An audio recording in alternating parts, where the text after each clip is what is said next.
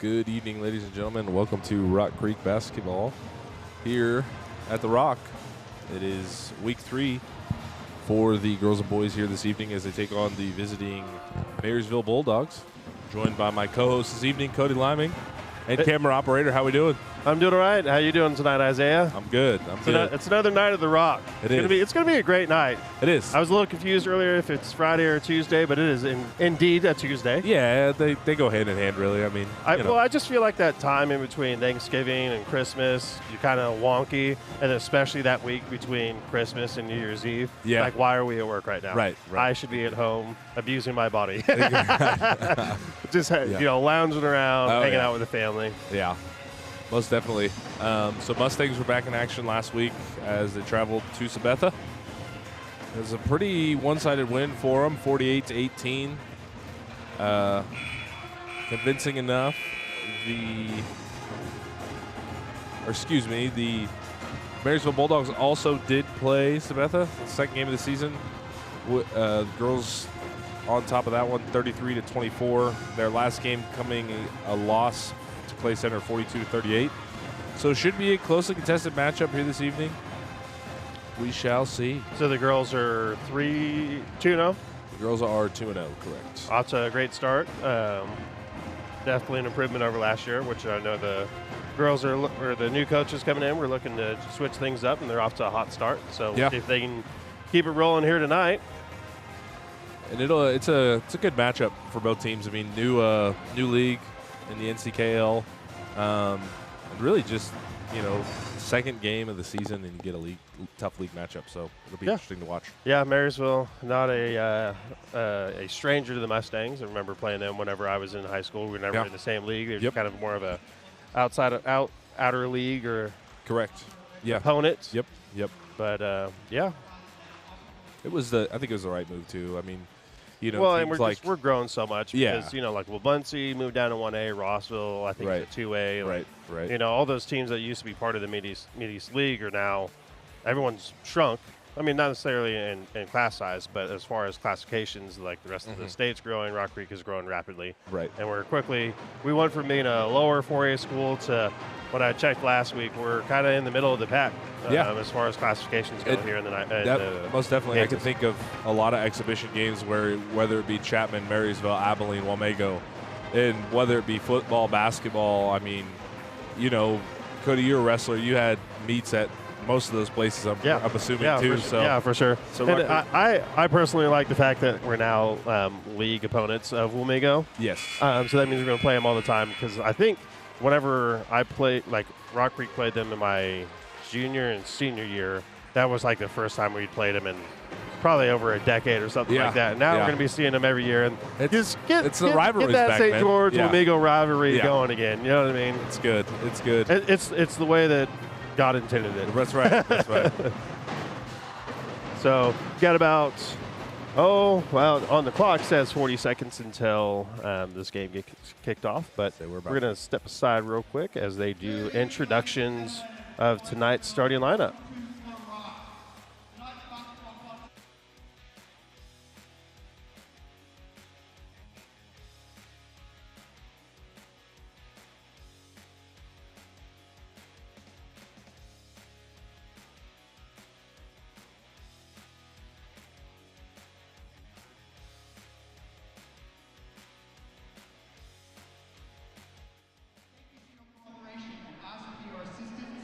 Keeping children under their parents' supervision. This is for their own safety.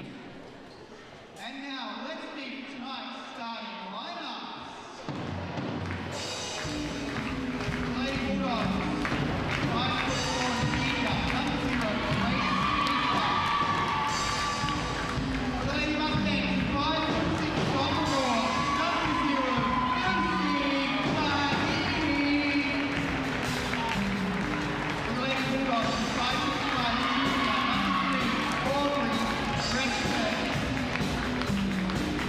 Lady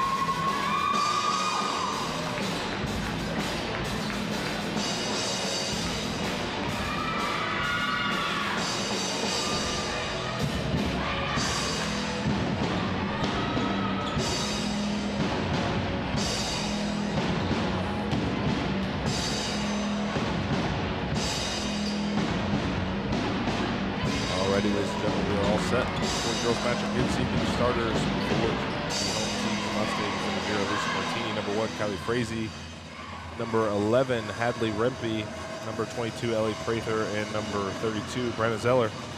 For the Lady Bulldogs, number 0, Grace Winkler, number 3, Aubrey Dressman, number 5, Grayson Ketter, number 10, Casey Roche, and number 21, Lindsay Dressman. Lady Bulldogs control the tip. Matchup defense for the Lady Mustangs. A spin move inside. Dressman can't get the bucket to go. Mustangs pushing the tempo, and it'll be last touched by the Mustangs. Come back. Possession error will go to the Lady Bulldogs.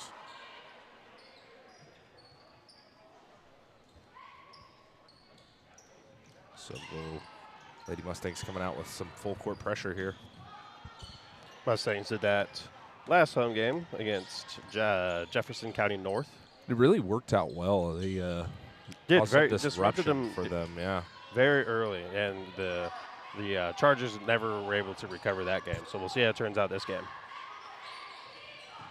Here's the Lady Bulldogs now. That's Winkler in the corner. Nice entry pass inside. And Lady Bulldogs try first. Roush on the bucket. Just under 7 minutes to play here, first quarter. Prather, top of the key.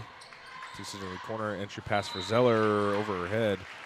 Another turnover for the Lady Mustangs. And again, ladies and gentlemen, we apologize for not having a clock on the scoreboard tonight. As we stated last time we were live, the conditions here in the gym don't really allow us to get our camera fixated on the scoreboard to give us the information we need to put that up there. So we'll just have a score on the scoreboard tonight, and we will do our best to give you quarter and time remaining updates. Try to do my due diligence here and keep some stats as well. To the best of my ability. Here's Frazee on the drive. Martini spots up a corner three. Nothing but net. Lucy Martini for 3.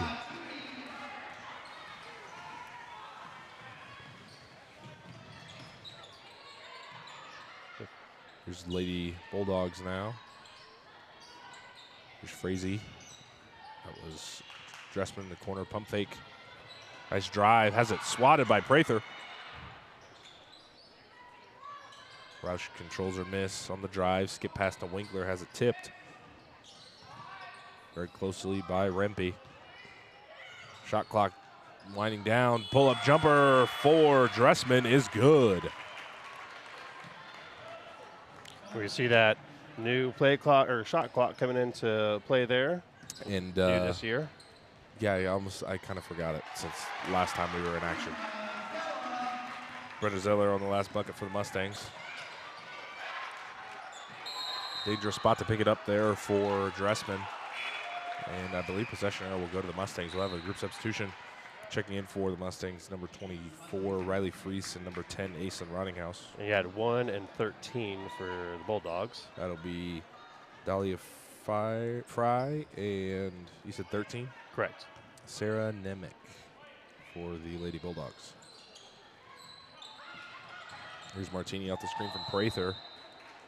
And she's going to get away with a double dribble there. Would have had a clear lane to the basket. It's a good screen from Prather.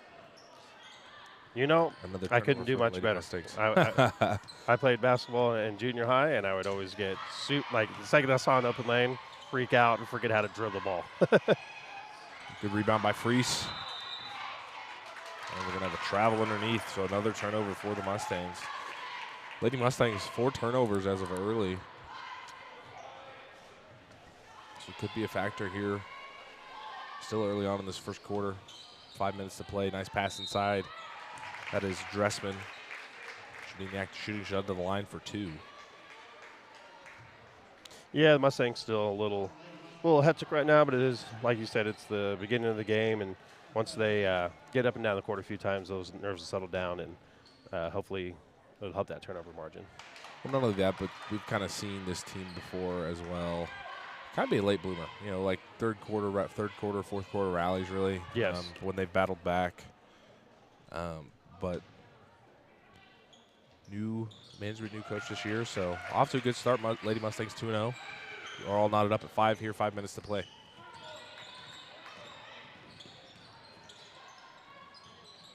Here's Freese looking down low for Rottinghouse. Nice entry pass. Has it tipped away. Stolen. That was Fry on the steal. Now ahead to Nemick.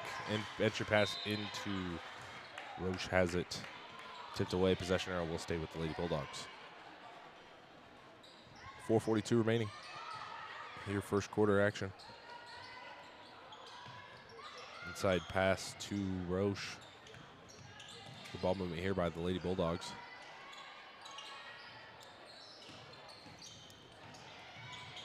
The move inside.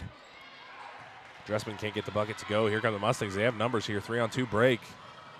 Entry pass is last touch by the Lady Bulldogs. Stay with the Mustangs. Bulldogs doing a great job getting back on defense there. Well, not only that, but I'm kind of watching the weak side of the offense here, and there's a lot of movement. A lot of moving parts to their offense. No one really standing still. Rottinghouse can't get the layup to go.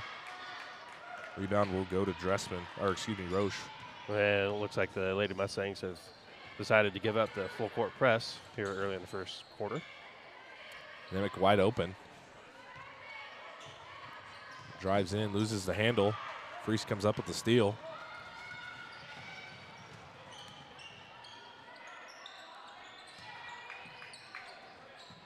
Good ball movement here.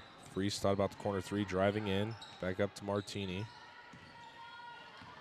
Dribble drive action. Frazee, skip past corner. Freese fires a three, has it partially blocked. And I believe we're going to have a foul underneath. This is going to go on Dressman, I believe. Be her first, team first.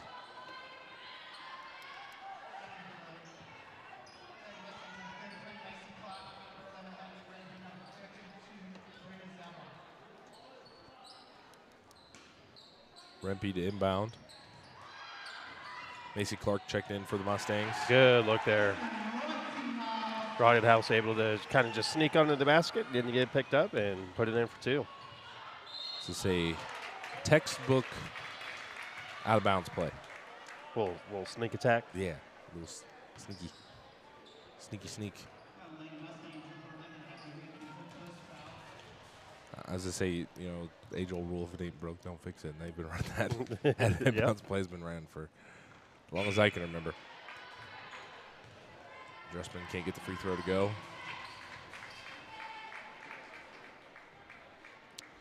You know, I'm doing time marks for points right now, and I keep counting them to make sure I'm correct. So far, so good. Dressman's second free throw is good.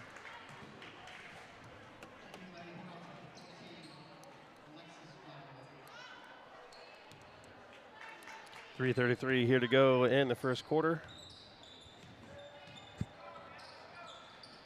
That's entry pass into Zeller. I believe they're going to get number 35, Trinity Hager, with the contact there. It'll be her first, team second.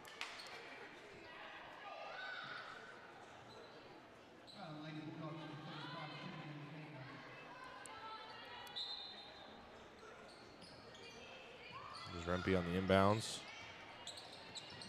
Finds Zeller, back to Rempe. Pump fakes on the drive. Nice skip pass over to Freese. Pump fakes, pull-up jumper. Got it. Nice move by Riley Freese to get the bucket.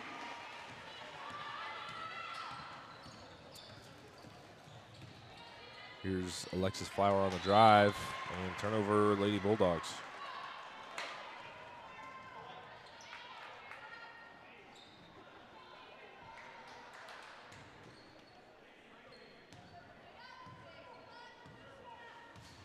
Three minutes to play here, first quarter. Rempe gets the offense set up for the Lady Mustangs. There's Rottinghouse on the drive. Nice pass outside to Rempe. Drives in, back out to Rottinghouse, fires a three. Got it! Aislinn Rottinghouse with the three-point bomb and gives the Mustangs the biggest lead of the evening. 12-6.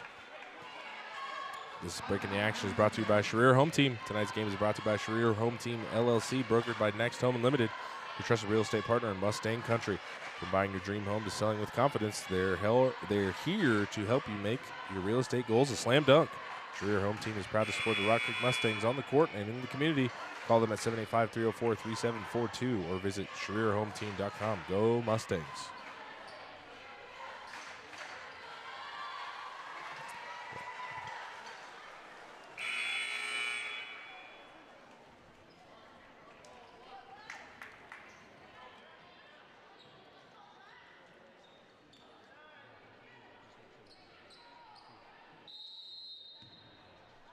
Sure you have red. Gotcha. It's 2:30 remaining here. Second quarter. It's poked away by Clark. We're going to have a hold on, it looks like the Lady Bulldogs. That'll go on number 14. And is Alexis Flower. And she's going to be replaced by number 3. So that's Aubrey Dressman checking back in. There's Freese in the corner. Good spacing here from the Lady Mustangs. Rempe on the drive. Good pass, Freese, corner 3. Got it!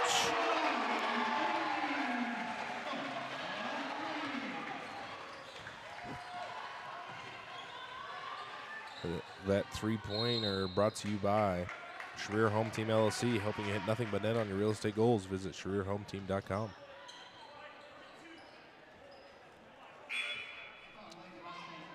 Group substitution for the Lady Mustangs. It's Kylie Frazee, Lucy Martini, and Ellie Prather checking back in. You know, something I've noticed so far in the game is Mustangs doing a good job of getting a shot off early, not letting the shot clock be a factor, and the Bulldogs tend to get a little closer to 0 on the shot clock. Yeah, and I mean, it's really textbook basketball, really. I mean, they're kind of coming out in that extended matchup, and once they beat their matchup, there's leaving Mustang shooters open, and it's really good looks. It's not forced. It's not like a one-pass shot. It's the ball's worked around. You know, the age-old saying, if you pass it up, it'll always come back to you, and Mustangs are taking advantage of their three-point shots, really. I mean, shooting at a high percentage. I believe they only missed 1, so I think 3 for 4.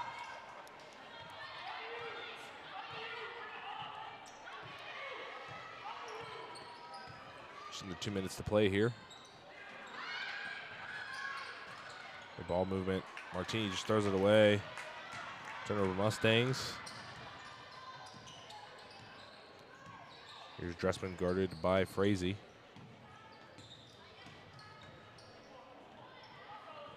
Dressman on top of the wing. Or excuse me, that's Roche on top of the wing. Back to Dressman. Looking inside. Nice entry pass. Corralled by Ketter. Back out to Dressman. Nice spin move inside. Dressman driving. Throws it up.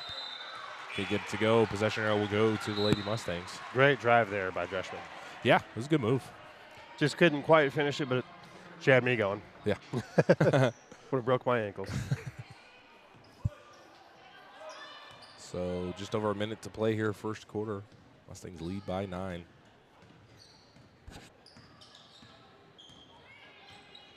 There's Rempe on the drive, kicks it back out to Prather.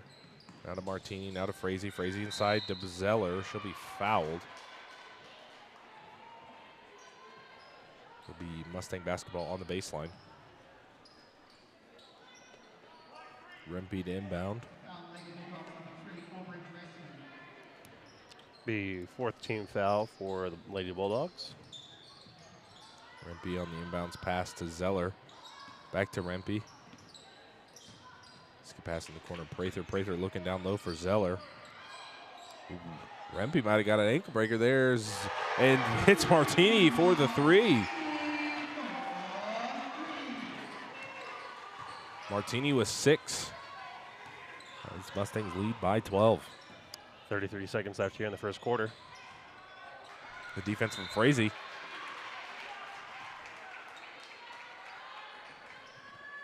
Pestering the ball carrier, that's Dressman. Just under 30 seconds remaining here, first quarter.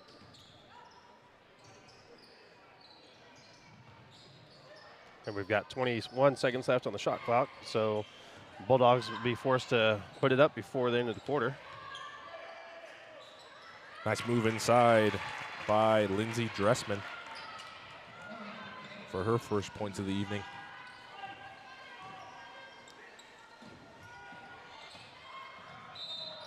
They're going to get Dressman with a quick foul there. 7.1 remaining. Shot clock has gone dark here, first quarter.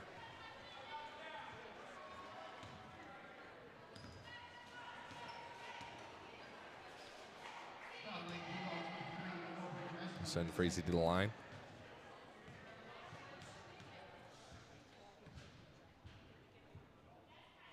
First free throw is good.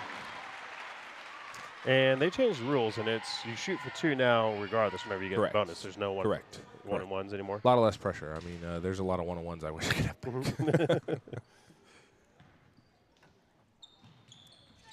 Frazee can't get the second one to go. 5 seconds remaining. Dressman rebound. 3 seconds, 2 seconds. She's going to throw it up. Looks good, just a little short. So after 1 quarter of play, Mustangs lead by 11, 19-8. Take a short remission. Second half action, or second quarter action coming back up here on Backroads Broadcasting.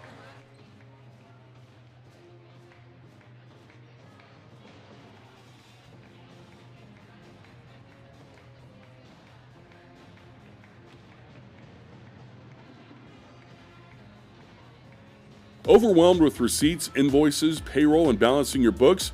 Keeping your financial records organized can be time-consuming and confusing. Contact Cheryl with Sunflower Consulting and Bookkeeping. She provides expert services to help your business stay on track. She ensures your books are ready for tax season, avoiding any last-minute stress. Call Cheryl for a free consultation at 785-506-4008. Reliable, professional, and affordable bookkeeping services you can count on.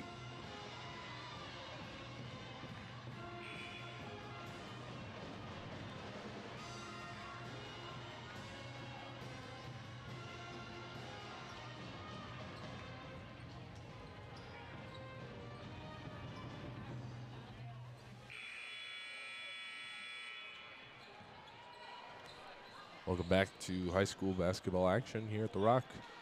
Isaiah Dobbins, Cody Liming here with you as the Lady Mustangs lead by 11 as we start second quarter action.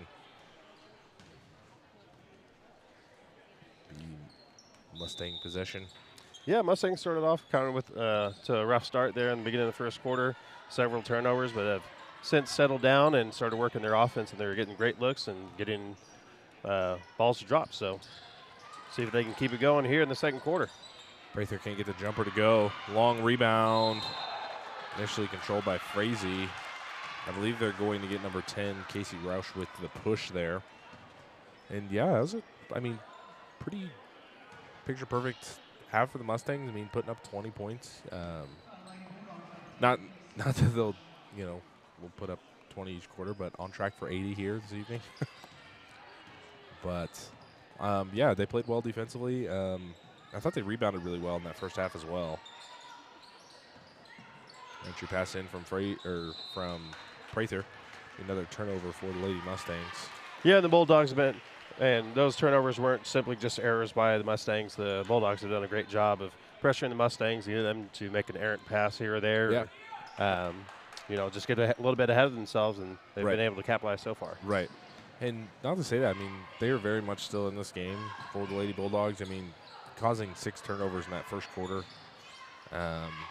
So defense tighten up just a little more, but the Lady Bulldogs are getting good looks offensively too. They're getting just great a matter looks. before they drop. Yep, I can't get those shots to drop, but eventually they will. Nice pass inside to Zeller, power dribble. Back out to Martini, out to Frazee. Frazee on the drive, back to Martini. Martini fires another 3, in and out. And we're going to have a foul after the shot. So all of a sudden, Lucy Martini to the line for 3 free throws.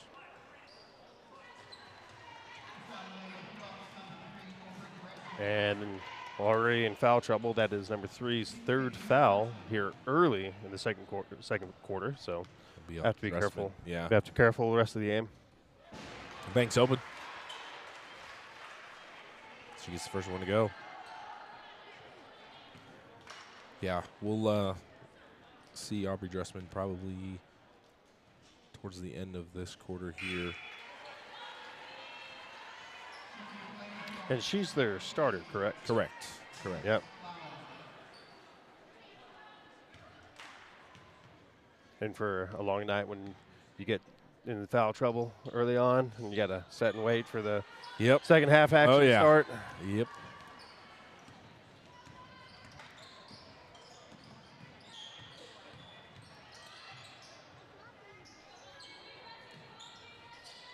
Here's Lady Bulldogs now. Roush on the drive, tries to use left hand, can't get it to go. Rebound will go to Grayson Ketter, can't get it to go. Mustangs on a 2-on-1 break here. Frazee bounce pass into Rempe. Corralled by Martini. Over to Zeller, skip past Frazee, corner three, fires, can't get it to go. Rebound will go to Lindsay Dressman of the Lady Bulldogs. 6 minutes to play here, second quarter.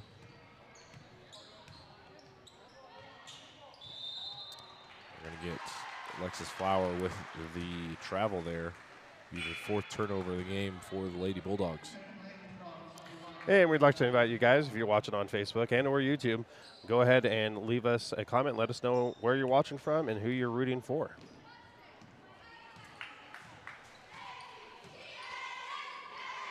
Mustangs up 12 here. Prather jumper gets it to go. 5:50 left here in the second quarter. It was nice to see one of your forwards or bigs be able to stretch the range and knock down the jumper. And that's going to be a timeout by the Lady Bulldogs. This timeout is brought to you by Sunflower Consulting and Bookkeeping. We'll be right back.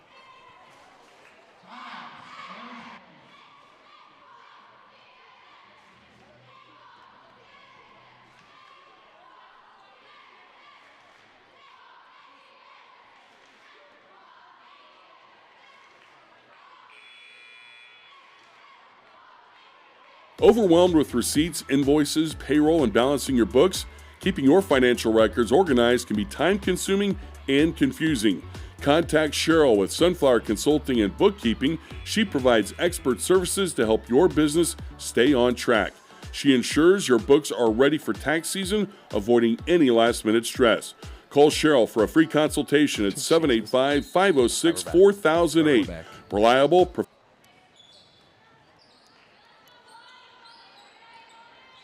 Here's Winkler on the drive. Trying to, nice pass inside. Finds Ketter, she'll be fouled. So I have two new substitutions for the Mustangs. That'll be number 15, Kennedy Whaley, and number 25, Rory Pitzer.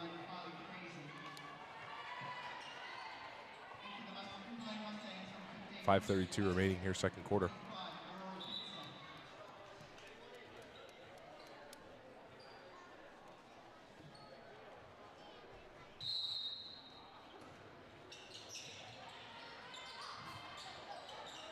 Entry pass, nice move inside, can't get the finish. That's Lindsay Dressman. Possession arrow will stay with the Lady Bulldogs.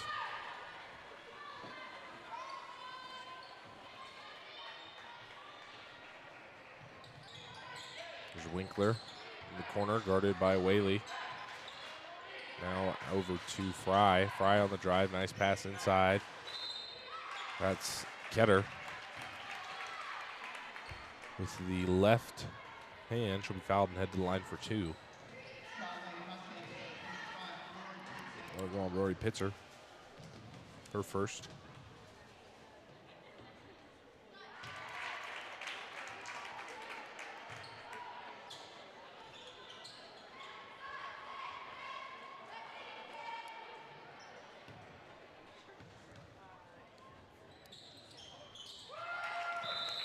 And Glinda says that Roche is actually Rush. It's pronounced Rush. Okay, good to know. I got you. Thank you, Linda.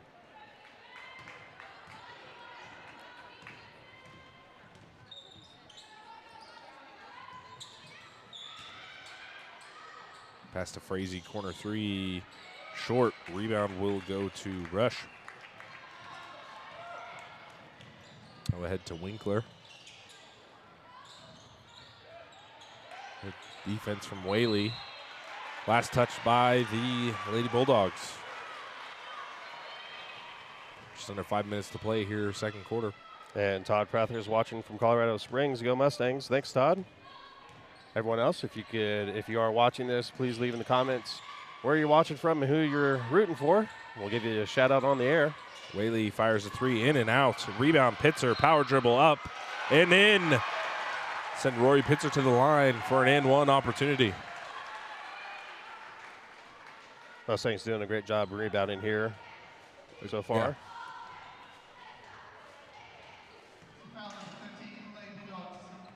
And really making the most of their points in the paint as well. I mean, whether it be a rebound into transitioning into the fast break, I mean, they've had multiple 3-on-2, 2-on-1 scenarios, and they're making the most of it.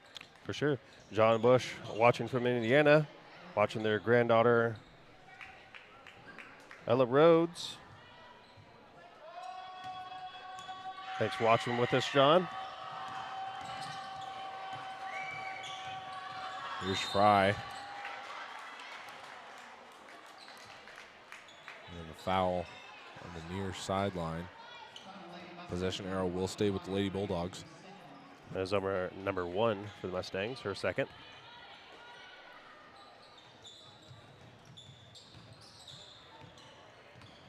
Bounds into Dressman. Now to Fry, to Winkler. Skip pass into the corner. It's number 22, Aubrey Varing. And another turnover for the Lady Bulldogs.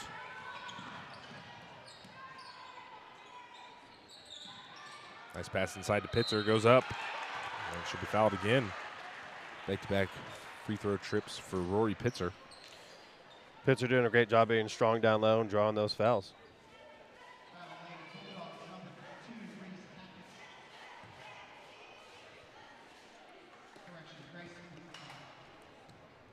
.404 left to go here in the second quarter. Pitzer's first free throw is good. Great turnout tonight for the girls' game.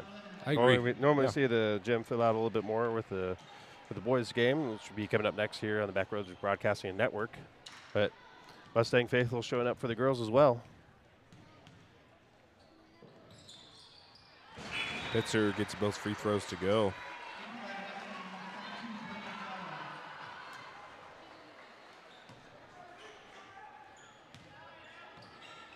So here come the Lady Bulldogs now. That's Varing in the corner. Entry pass into Dressman. Dressman driving in. Floater, can't get it to go, gets her own miss. Goes back up, she'll be fouled and head to the line for 2. Great job following her shot there and getting the rebound, putting it back up and drawing the foul. Diane Keegan says she's watching from Baileyville. Go Dogs. Our granddaughter is Casey Rush. Thanks, Diane. And Audra Ulam, I hope I pronounced that right. Correct me if I'm wrong, but she's watching from Enid, Oklahoma. Go Mustangs and go Coach K. Both free throws good for Dressman. She's got 4 now on the game. Leading score now for the Lady Bulldogs. 3:45 remaining here, second quarter. And later on here in the second quarter, we'll go ahead and get to that Bandit Brain Teaser brought to you by Shortstop. Get you that question, and we'll get you that answer when we come back from halftime. Prather, a little too much on that one. Right idea, though. Zeller did have her matchup sealed off.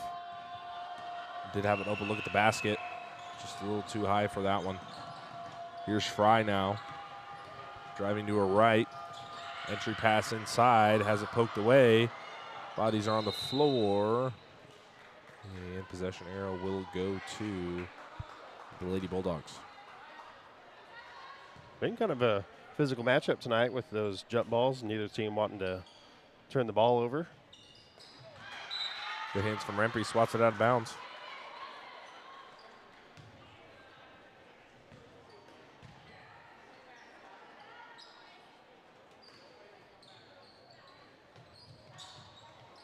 Fry looking to inbound. And 5-second call. Good defense there from the Lady Mustangs. 3:20 left to go here in the second quarter.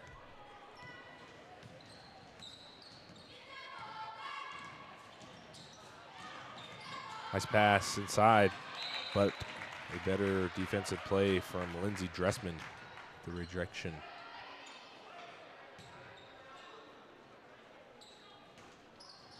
There's Rempe on the inbounds. Send into Prather. Prather jumper. Can't get it to go. Rebound will go to Lindsey Dressman. Here's Winkler on the pass into Ketter. Ketter inside. Rush, pump fakes, and gets the bucket to go. Great play there. Yes. Yes, indeed.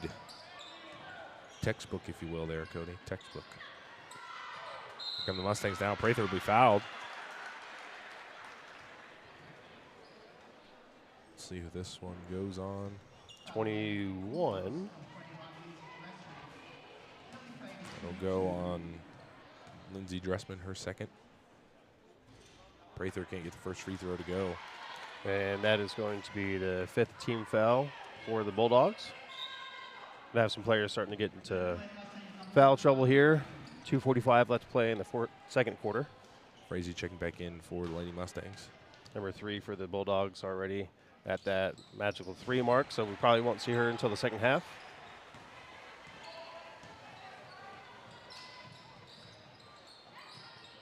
It's Ketter in the front court. Skip pass, Winkler. Back to Rush. Back to Winkler. Winkler inside to Dressman. Dressman goes up. Can't get the and one opportunity, but should be fouled and head to the line for 2. Yeah, the Bulldogs so far, like I said, have been getting some great looks on the inside and on around the edges, and just haven't been able to get much to drop for them. But we'll see that improve here in the second half. Well, averages says that you can't miss all of your shots. Right, correct. And you miss 100% of the shots you don't take, so. Correct. That is also correct. Who was that? Michael Jordan, Michael Scott, right? Yeah, there you go.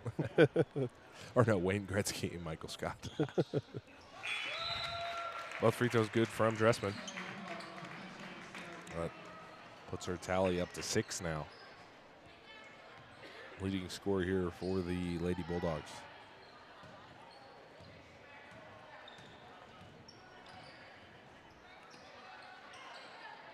Here's Frazee in the corner. Skip pass to Rempe, now to Martini.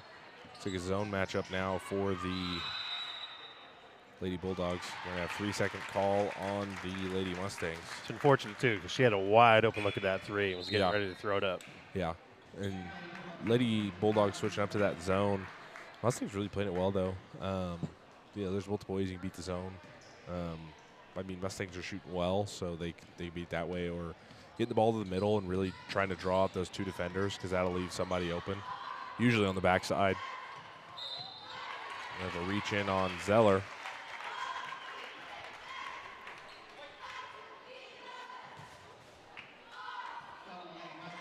That'll send Grayson Ketter to the line for 2.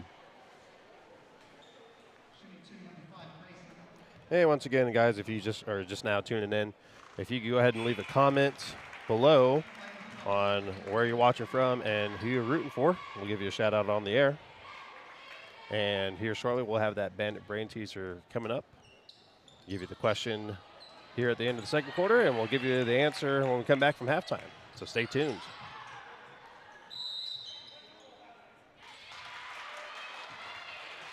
And we'll have a personal foul on the Bulldogs.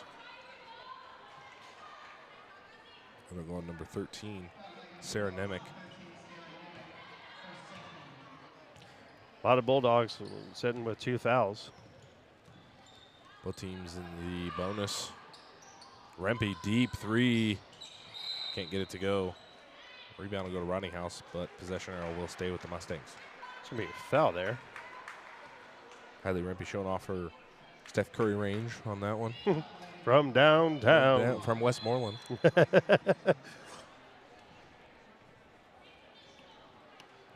So near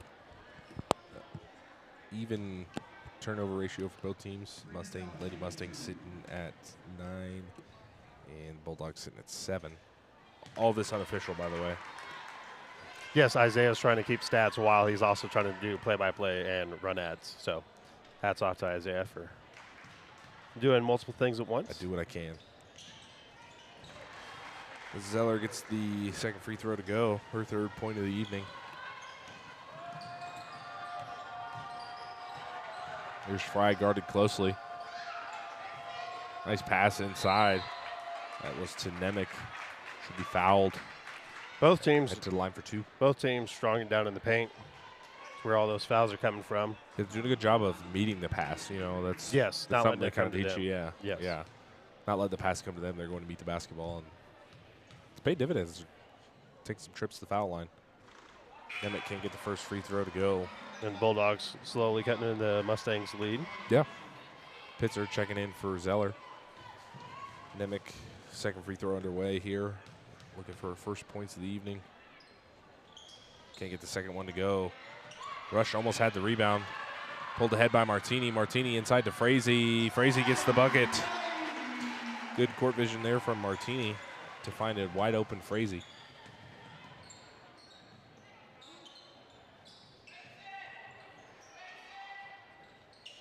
Here's Frazee now. Or excuse me, Fry. She's guarded by Frazee. Inside, that's Ketter. Should be fouled and head to the line for 2. We'll go ahead and get to that shortstop brain teaser by Isaiah.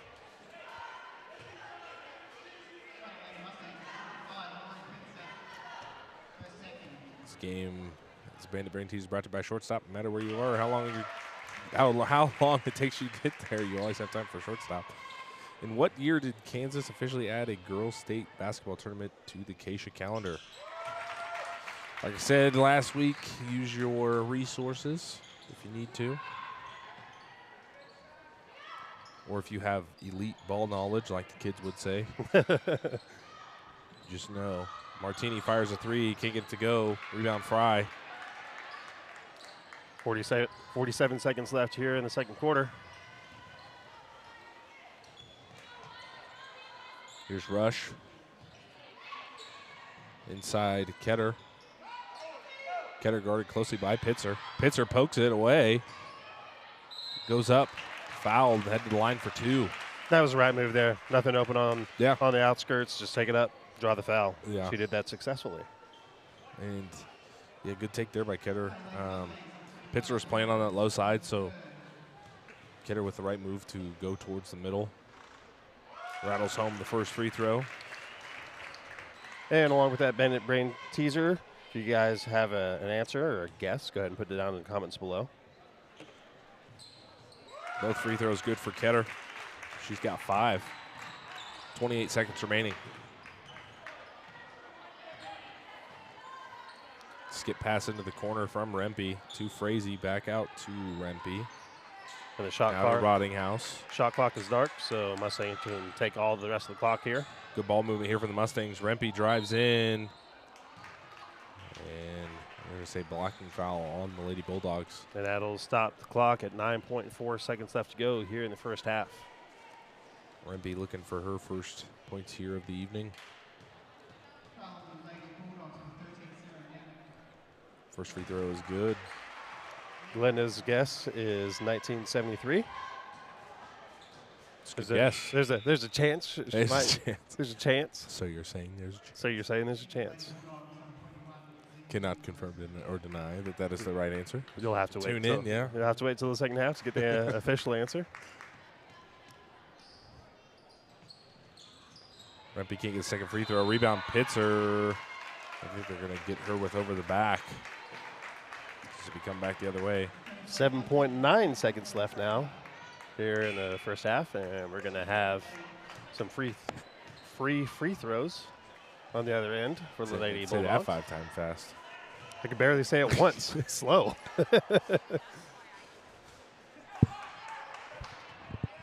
So, Ketter at the line. Before that first free throw, I was getting ready to say, we'll have a chance to trim this lead down to single digits going into the halftime break. Grayson Ketter now with 6 points here this evening. Her and Lindsay Dressman leading scorers here for the Lady Bulldogs. Ketter gets them both to drop. 7.9 remaining here. Here come the Mustangs now. Rempe inside to Zeller. Pump fake. Goes up with it. Can't get it to go. Rebound will go to the Lady Bulldogs. That's Grayson Ketter. So leading scorers for both teams. Grayson Ketter was 7, and Lucy Martini was 7 of the Mustangs. Closely contested contest, 31-23. We will step aside, but more high school basketball action to come up. And before we do that, remember, ladies and gentlemen, we will have the answer to that shortstop bandit brain teaser coming up after we get back from halftime. And as a reminder, that question is, in what year did Kansas officially add a girls' state basketball tournament to the Acacia calendar? So leave your guess down in the comments below, and we'll give you the answer when we get back from halftime. Keep watching high school girls basketball here on the Backroads Broadcasting Network.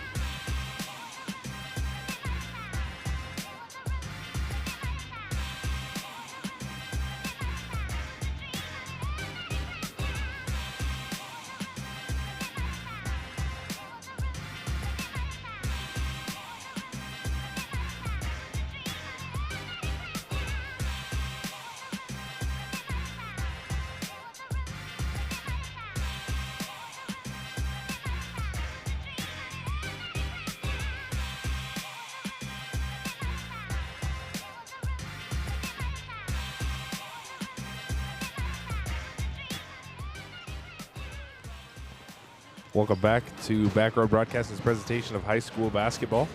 Isaiah Dobbins, Cody Liming here as the Lady Mustangs lead by 8, 31-23. After a closely contested first half, we get some scores here for you. For the Mustangs, Lucy Martini with 7, Kylie Frazee with 3, Aislinn Rodinghouse with 5, Hadley Rempe with 1, Ellie Prather with 3, Riley Freese with 5, Rory Pitzer with 4, and Brenna Zeller with 3. For the Lady Bulldogs, Grayson Ketter with 7, Aubrey Dressman with 3, Casey Rush with 4, and Lindsay Dressman with 6. So they would like to spread out the scoring a little more. They've had some good looks in that first half. Just weren't able to capitalize. Kind of came down to get a good look at the basket, would be fouled, then couldn't convert the free throws. Exactly. And while we're talking about scores, I've got some scores from around the league. At halftime, Clay Center leads Abilene 20-15. That is a good game. Yes, definitely. And number 1, Hanover leads Concordia 30-9 at halftime. And of course, the score here 31-23 in favor of the Rock Creek Mustangs. Yeah, as you said, yeah, the Lady Bulldogs getting some really good looks at the basket, just haven't got much to fall their way, but we'll see that to improve here in the second half because, as I stated earlier, law averages says that you can't miss all your shots. It's true. And really one thing I like that they're doing is they're really just kind of going back to basics. They're looking to get their points earned the hard way, just points in the paint. I mean, I think they've only taken maybe 1 or 2 3-pointers to my memory, but yeah, I mean And Marysville's taking up pretty much all of the shot clock. Yeah. It seems Right. on each possession. Right. Trying to really pass the ball around, get a good look at the basket. And the Mustangs haven't really had much issues with the shot clock so far in this contest. Right. Getting some wide open looks and taking it whenever they get the chance. And we talked a little bit about it last time we were in action, but shot clock, a new addition here.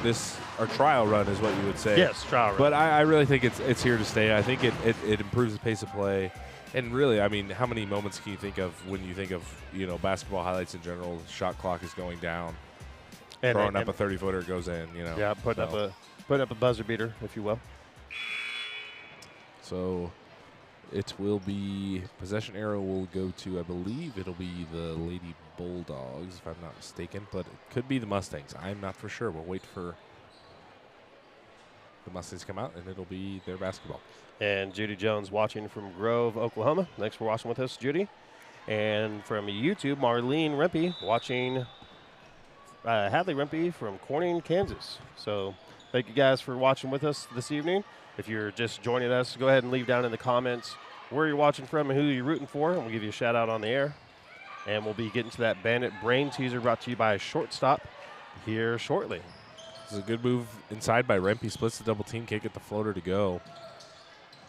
We see Aubrey Dressman checking back in to start this third quarter action. She could be the catalyst that gets this Lady Bulldog offense going. As she has it poked away, be last touched by the Mustangs. Possession arrow will stay here.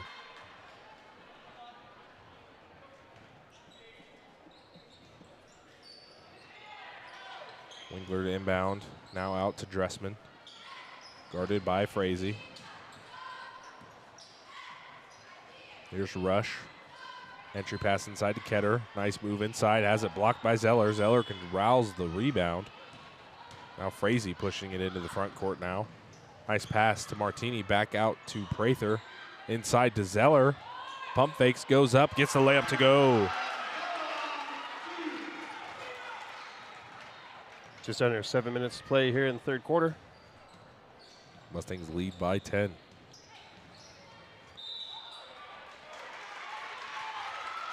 Call a charge, and that's going to be her 4th foul. Yeah, I'm not too sure on the call there, but refs called it, and that's what it is, I guess. That's what it is, yeah.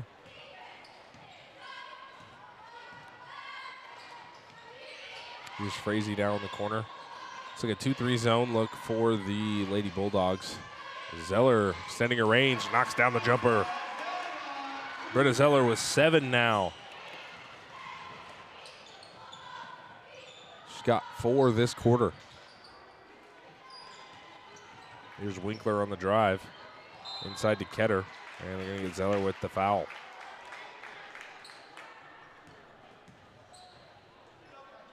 .6:10 left to play in the quarter.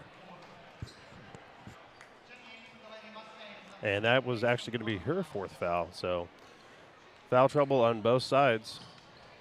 It's going to come down to the wire. This pass to Dressman.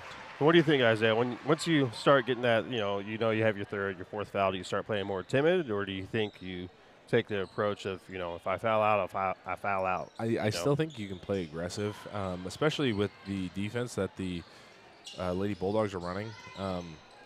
Not so much for Aubrey Dressman. She's kind of their point guard and their primary ball handler, but I was going to say if it was one of their bigs. In the Mustangs case, you just throw them in that bottom middle position of that 3-2 zone, and then they can kind of just slide with the defense and really just kind of stand there with their arms up and contest shots mostly. But, yeah, you can still be aggressive. Offensive end can't be too aggressive because you don't want to pick up that last foul. Second chance point for Ellie Prather. That puts her total at 5. Here's Fry on the drive. Now Rush in the corner. Rush driving in. Kicks it to Ketter. Has it stolen. Be another turnover for the Lady Bulldogs. Here's Rempe. Rempe on the drive. Kicks it to Frazee in the corner. Skip pass over to Martini. And good ball movement here by Lady Mustangs. Martini fires corner 3. Can't get it to go. Rebound will go to Grayson Ketter of the Lady Bulldogs. What's up, dude?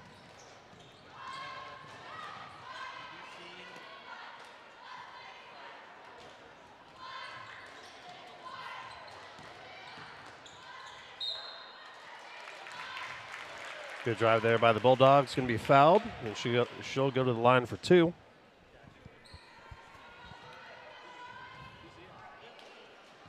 That foul is on number 0 for the Mustangs. It's going to be Lucy Martini.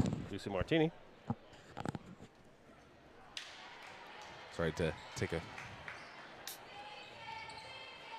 Quick water break. quick water break.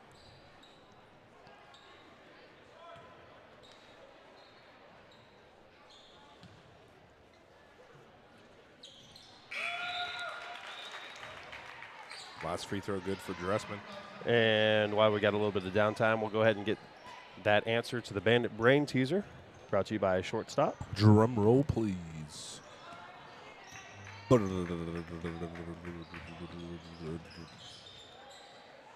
Frazee fires a 3. Can't get it to go.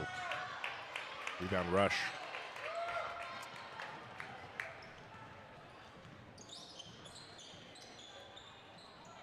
And the answer to that Bandit Brain Teaser, which is, in what year did Kansas officially add a girls' state basketball tournament to the Acacia calendar? If you guessed 1973, you are correct. Yeah, Glenda guessing correctly on that one. I don't know if she used her resources or if she's got big brain power. But Glenda was correct. The answer is 1973. Sorry about that, ladies and gentlemen. We had a little bit of a technical issue here on the back side of things. Nice drive by Frazee. Can't get the layup to go. Rebound Prather. Had the Rempe driving in, kicks it back out to Frazee. Can't get the 3-pointer to go. And we're going to have a foul after the shot. I don't believe they're going to get her in the shooting motion, but possession arrow will stay with the Mustangs.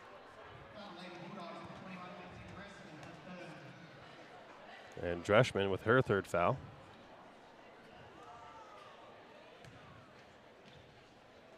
.350 left to go here in the 3rd quarter. Here's Rempe. Rottinghouse on the drive. Frazee driving. Good ball movement here by the Lady Mustangs. 20 seconds left in the shot clock. Rempe drives in, can't get the layup to go. Rebound will go to Casey Rush.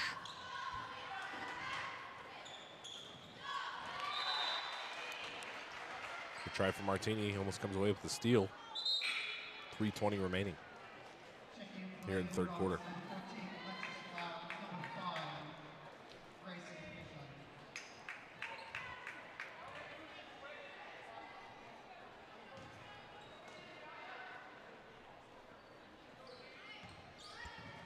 Here's Rush. Now Ketter. Three-pointer for Dahlia Fry. Sorry, Cody, you were getting ready to say. I was going to say, and the Bulldogs cut down the Mustangs' lead to single digits.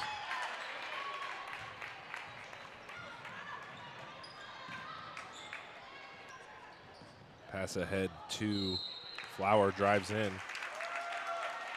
She'll be fouled and head to the line for 2. Once again, Lady Bulldogs doing a great job just driving to the basket and trying to draw the foul and being successful in doing so.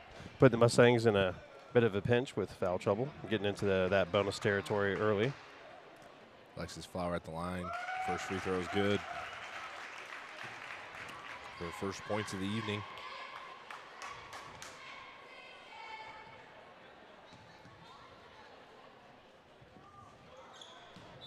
Second free throw short.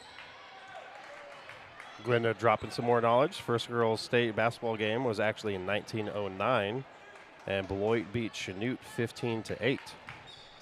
1909, man, that is a long time ago. It is. That is, yeah, that is quite a blast from the past, if you will. Yes, and it's going to be a timeout, and we're going to keep it right here.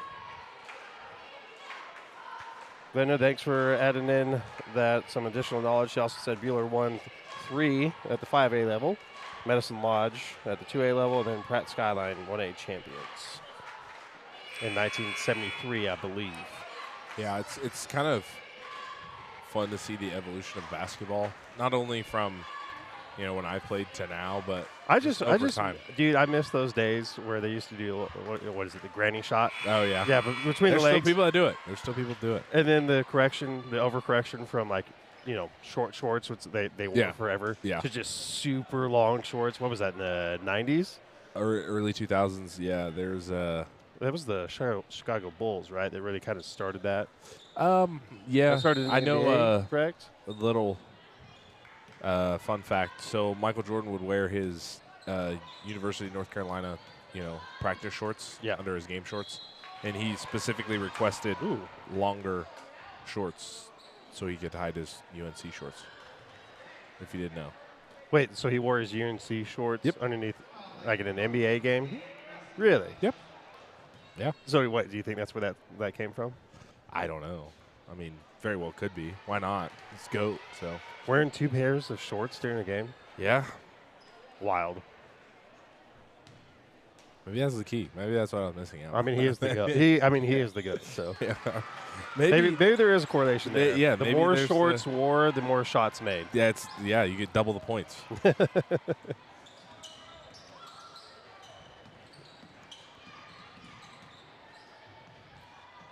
Here's Fry over to Dressman. Dressman on the drive.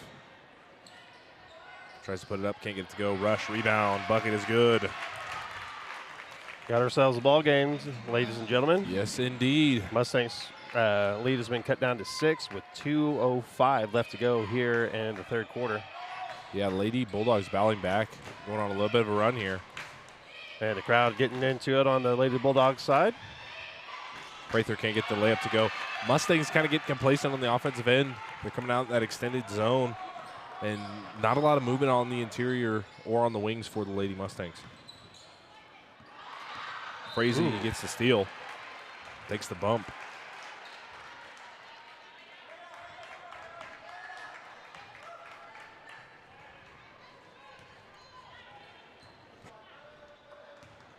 .142 remaining here, third quarter. Leslie Dobbins and Cody Liming here on the Backroads Broadcasting Network. Wide open Prather below. Can't get the and one opportunity. She'll head to the line for 2. And once again, ladies and gentlemen, if you're just joining us, go ahead and leave where you're watching from and who you're rooting for down in the comments. We'll give you a shout out here on the air.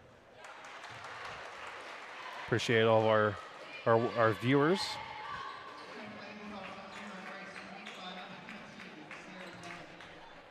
And shout out to our sponsors who allow us to bring this free broadcast to you guys each and every home game for the Mustangs. Without them, we couldn't do what we do.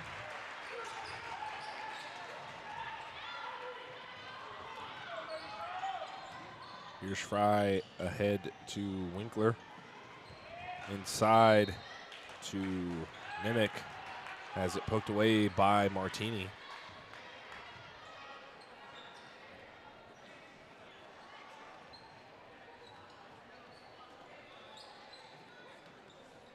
Bounce to Winkler looking inside. Gets it into Rush. Rush underneath, loses the handle. Call that a pass to Ketter. Rush gets the rebound, puts it back up and in. 6-point game now. Rush with 8 points here this evening. Entry pass into Prather. Out to Frazee. Frazee, dangerous pass for Rottinghouse, stolen. Fry driving in. Pull it back out to the corner. Here's Rush on the wing, back up to Fry. Now to Ketter. Here's Winkler on the drive, draws a double team. 11 seconds left on the shot clock. Tries to dump it inside. Ketter can't get it, gets her own miss, goes back up with it, gets it to go. Grayson Ketter with 9 now here. Ketter being strong down low all evening and appears to starting to kind of wear on the Mustangs. 4-point game now. Frazee wide open in the corner, fires a three, can't get it to go. Rebound Ketter, 4 seconds remaining. Bulldogs are going to get a last-second shot. Fry just has to throw it. So, Lady Bulldogs battling back in the third quarter. And 36 your score. And with that, we're going to take a step aside and get a word from our sponsor, Liming Productions.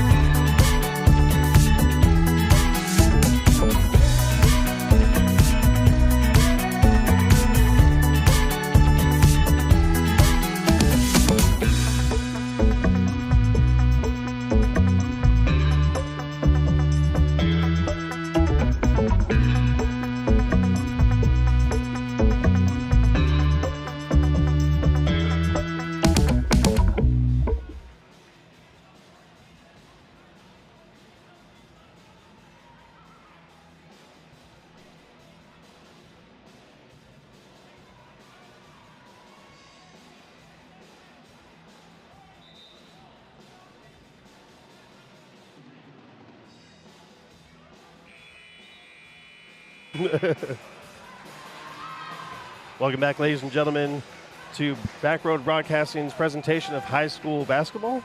Cody Liming, Isaiah Dobbins. Isaiah was trying to see if he could eat the whole Snickers at the Under a minute. Under a minute. Miserably. He did not make it. Go ahead and cash out the over.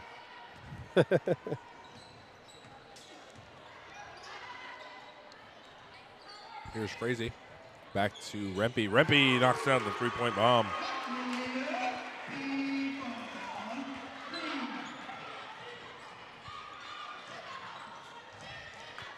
Mustangs getting a lot more Jump ball. a lot more aggressive here in the fourth quarter. The momentum is with Lady Bulldogs and Mustangs trying to get the momentum back. Go to full court press, looks like, as they did at the beginning of the game. Now kind of like almost like a 1-3-1 trap too.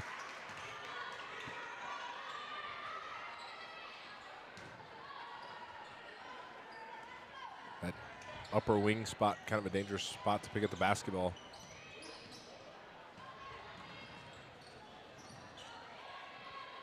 Ketter tries to drive. Call another jump ball. Possession arrow will go to the Mustangs. It's interesting. I would have never guessed that would have been a jump ball there, but I'm not down on the court. Yeah, I think Rock Creek fans are looking for travel there.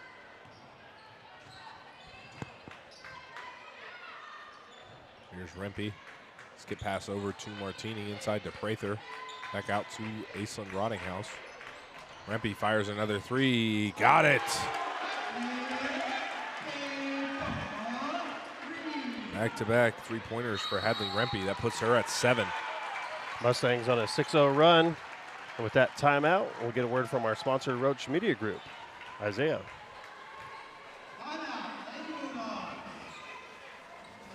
Roach Media Group, where media work is their true passion and their primary focus. Located in St. George, Kansas, they are your local, friendly, professional photographer. With an assortment of packages available for professional headshots, family and senior portraits, engagements, and weddings.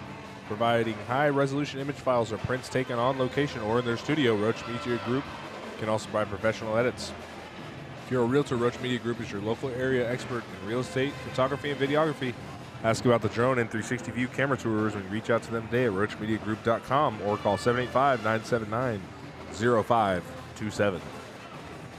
Thank you, Roach Media Group, for being one of our sponsors tonight. Cody Roach, of course, our producer behind the scenes. Clicking all the buttons, make sure that we're doing what we're supposed to be doing. Stay tuned, folks. Cody Roach could be making his long-awaited broadcasting debut. Well, I don't know if we want to go that far. On the microphone tonight.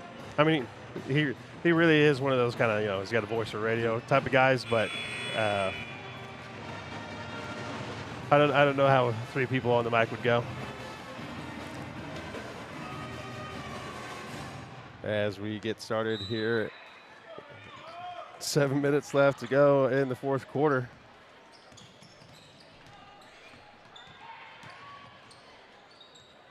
Mustangs coming out in that 1-3-1 zone. Winkler fires a three. Can't get it to go. Second chance bucket. Can't get it to go. That's Dressman. Another jump ball. Possession arrow. This time will stay with the Lady Bulldogs. A lot of jump balls here in the second half. Yeah. 6:40 here in the final quarter of play. Inbound into Rush. Into Dressman. Goes up. Should be fouled and head to the line for 2.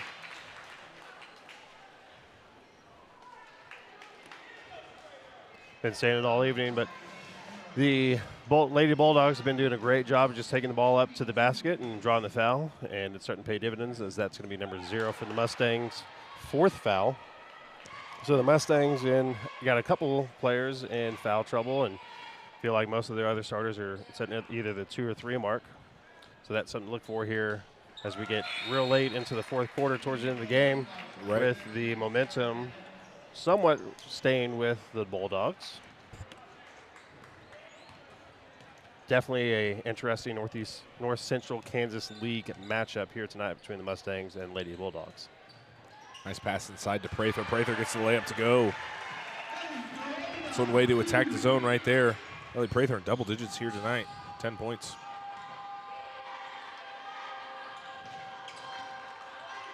Oh, good effort there. Teams even with the turnovers here. Both teams sitting at about 9. Keyword there, 9. Almost about. Roughly. Yeah. Unofficially.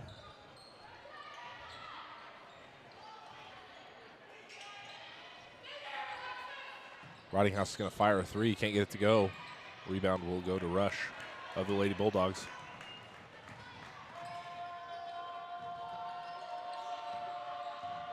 Entry pass inside to Ketter. Back out to Nemec. Fires a three. In and out. Rebound Winkler. Goes up with it. Has it denied by Hadley Rempe. Rempe ahead to Martini. Martini trying to find a cutting Prather. Can't get it to go.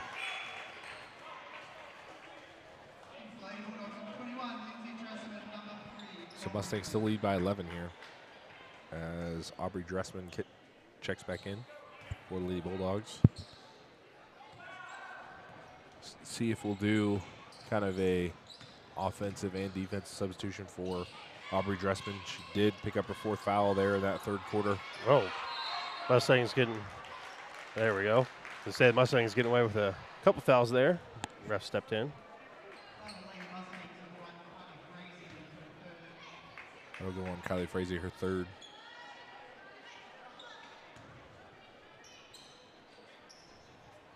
Here's Dressman.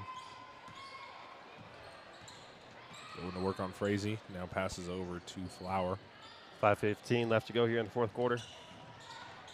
Dressman on the drive, spin move, layup, can't get it to go. Rebound, Ketter. Flower drives in, throws it up, can't get it to go. Rebound, Ace and Rottinghouse ahead to Rempe. Rempe over to Martini, back to Rempe. Inside to Prather. Prather draws a double team, back out to Rottinghouse, fires a jumper. Can't get it to go. Rebound, Grayson Ketter of the Lady Mustangs. Lady Bulldogs. Good. Yeah, check that. Good call, Cody. Pass tipped by Rempe as Zeller checks back in for the Lady Mustangs. 24 on the shot clock. 4:34 here remaining 4th quarter. Mustangs lead by 11. Dressman fires a 3, can't get it to go. Here's Rempe now over to Martini. Back to Rempe, over to Frazee in the corner.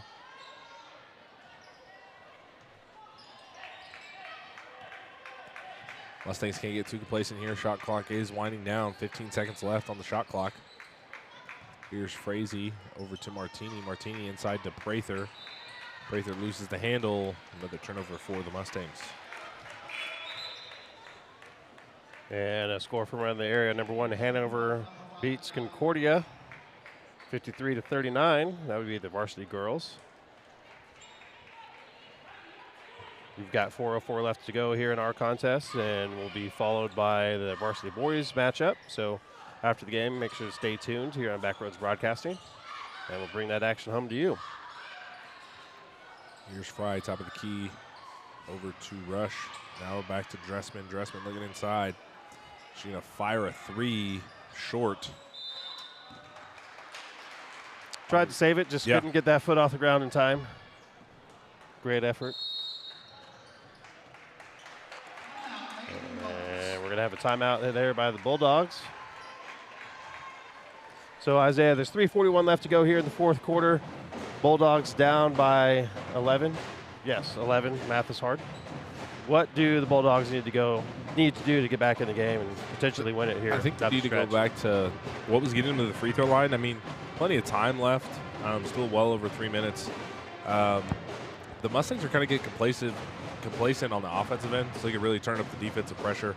Try to get some turnovers, run out layups, easy points in transition. I do like that they're kind of expanding a little bit, trying to knock down some of the three-pointers. But like I said, haven't been shooting that great with three-point percentage. Would like to see them go back inside. Yep, and the Mustangs really, when they're on I believe, a 8-0 run early, and the Bulldogs got close, and the Mustangs had a couple of threes drop for them. Right. In quick succession. So yeah, the score, I think, is kind of deceptive of what the reality is. Definitely. Here on the court. And I don't want to say the Mustangs are keeping their foot off the gas. I think they're comfortable with a lead like this, so they're really just trying to get the best shot possible for them. You have Allie Prather down there who's scoring in double figures right now, has 10 points. So I really think they're just trying to get the most out of their offensive possessions because they know in a zone, in that kind of lackadaisical zone that the Lady Bulldogs are running, they can get a three-point look anytime, but I believe they're just going to try to work the ball inside and try to grind this victory out. Got 35 seconds on the shot clock every time you take possession of it. So the Mustangs will do their best to try and wean down the clock. And that's not going to help as we get a turnover by the Lady Mustangs. Right idea there. Prather just couldn't corral it, but good look there from Zeller. The high-low matchup.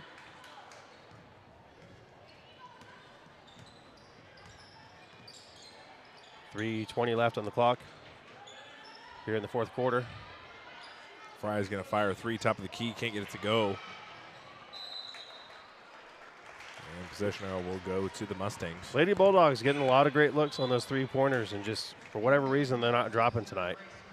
They've probably left about, 60 points off the board that just bounce right out of the rim. Yeah. I don't know about 60, but, generalities. No, I get what you're saying. But, yeah, definitely, they're not terrible looks. It's not like, come down one pass shot, take a three-pointer. Zeller, nice drive, gets the bucket to go. But, yeah, they're good three-point attempts. The ball's worked around. It's got an inside touch. I said it in the first half. If you pass up the first one and think after the first pass, you're like, oh, I'm going to take this three-pointer. It usually comes back to you if you give it up. You can get that shot again. And it's going to be a foul on number 1 for the Mustangs, Kylie Frazee. That's going to be her 4th. So the Mustangs with a couple starters now with 4 fouls, with 2:46 left to go here in the contest. You can see these rapid substitutions for both teams here with players in foul trouble. In for offense, out for defense. Martini almost comes away with a steal there. Fry inside to Dressman. Dressman layup is good. Lady Bulldogs cut the Mustangs lead down to 11 here with Lindsay- 2:30 left. Lindsey Dressman with 10.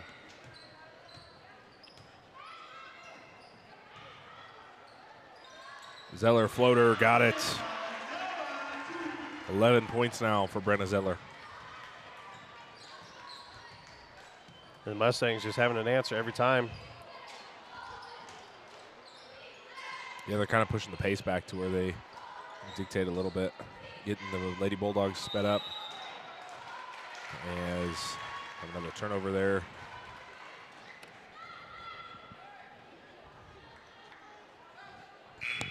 On the travel.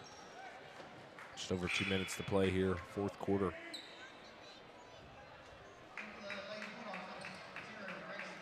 Kind of mass substitution there by the Lady Bulldogs. At what point, Isaiah, do you go ahead and start fouling? Because they've got 0 team fouls this quarter, so they've got 5 to get before they get the Mustangs into the bonus. About a minute and 50 seconds left. I think it just depends on how confident you feel in game of chance. If you have a free throw shooter that isn't strong at the line, but for time management purposes, I think it's still a little too early. Nice, strong bucket from number 30 of the Lady Bulldogs. It's Michaela Nolte. Minute 25 left here in the fourth quarter. Down 11. Trying to mount the comeback. Here's Rempe on the drive. Kicks to Zeller. That's back-to-back turnovers for the Lady Mustangs. Fry fires a 3. Rebound will go to Ketter. 60 seconds left. Inside rush, loses the handle, kicks it back out. Ketter drives in, goes up, gets it to go. And that's going to be a timeout with 50.2 seconds left to go here in the game. We'll keep it right here. That's Grayson Ketter on that last bucket. She's got 11. And that's going to be the last timeout for the Lady Bulldogs. So now they're going to have to foul to stop the clock. But luckily for the Lady Bulldogs, they were sitting at 0 team fouls here in the fourth quarter. So they've got 4 fouls they can give up before the Mustangs head to the line. And, times like this, it's kind of cool with the shot clock because it adds for interesting scenarios late in the game.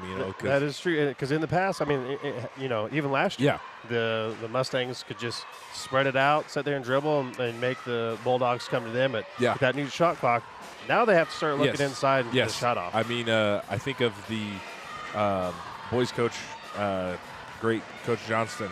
I remember he would have us run post nonstop for 5 minutes straight. Yep.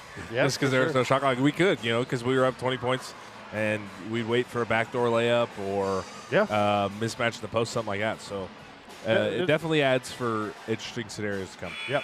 So the Mustangs will have, in essence, they can get the ball, take possession of the ball twice and run out the clock because the shot clock starts with 35 seconds. Correct.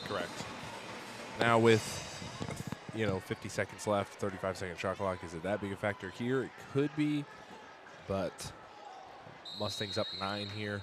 Just need to be safe and confident with the ball here. Frazee driving in. Almost loses the handle there. 42 seconds remaining. Gets it back out to Rempe. 25 seconds left on the shot clock. And Mustangs could just dribble this one out, take a shot clock violation. Prather's going to line up a jumper. Can't get it to go. Rebound Zeller. Pump fakes, goes up, can't get it to go. Rebound will go to Cameron Rowdybush. 20 seconds remaining. Here's Fry. Bulldogs have to get a shot off quick. 14 seconds now. Pass inside. 9. And that'll be a Jump jump ball with 7.7 seconds left on the clock here in the fourth quarter. And possession arrow will go to the Lady Mustangs, it looks like. Looks like they just need a inbounds here. Be expecting the Lady Bulldogs to try and get a foul off. And they won't. 3 seconds left. And that's going to be the ball game. So 52-43. The Lady Mustangs improved to 3-0 on the season, as the Lady Bulldogs will fall to 1-3. Good matchup here. I don't even think it's really the start of league play yet for both teams, but honestly, for the first NCKL matchup of the season, pretty good. Yeah, no, I think the Mustangs came out strong. Obviously, they had a losing record last year, and they're off to a hot start this year. Lady Mustangs will look to keep that going. I really feel like the Lady Bulldogs played a very good game tonight. They were strong down low, got some great looks at the basket, especially in the three-point range. Just couldn't get those three-pointers to drop, and it turned out to be the difference. Mustangs really hot around the three-point range. I think they probably somewhere, we don't have official stats, but probably somewhere around the 60% mark, I would say. If I had to think, I probably 5 for 7, 5 for 8, somewhere in there. And they really, kind of shared the love. You have Lucy Martini with 7, Hadley Rempe with 7, Ellie Prather with 10, Brenna Zeller with 12. For the Lady Bulldogs, it'll be Lindsay Dressman with 10, Grayson Ketter with 11, and Casey Rush with 8. So those are kind of some of the leading scorers of tonight's game. Honestly, though, I think what needs to be said for both teams is kind of going to clean up turnovers a little bit, both teams in double digits turnovers-wise. Yes, for sure. And while we're talking about scores, got some more scores from around the league. As we mentioned earlier, number 1, Hanover beats Concordia 53-39. That was the varsity girls final. Wamego girls went over Chapman 63-41. And the final for the Clay Center Tigers over the Abilene Cowgirls 55-37. As we're going to go ahead and step aside here, we've got the boys varsity game coming up next here on the Backroads Broadcasting Network. Stay tuned. I think here we have. Oh, it looks like we're going to have a. This is for the recent state championship for baseball, and we're honoring the first baseball team from 2015, where they won the first title for the Mustangs there.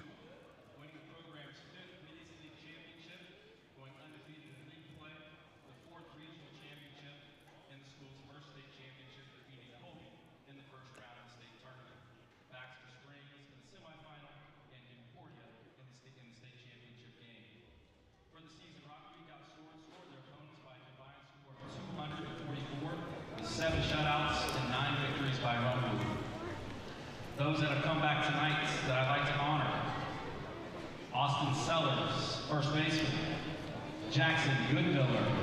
Jackson still holds the state record for most hits in his single season, with 54 in his junior season, and was a 2-time all-state player.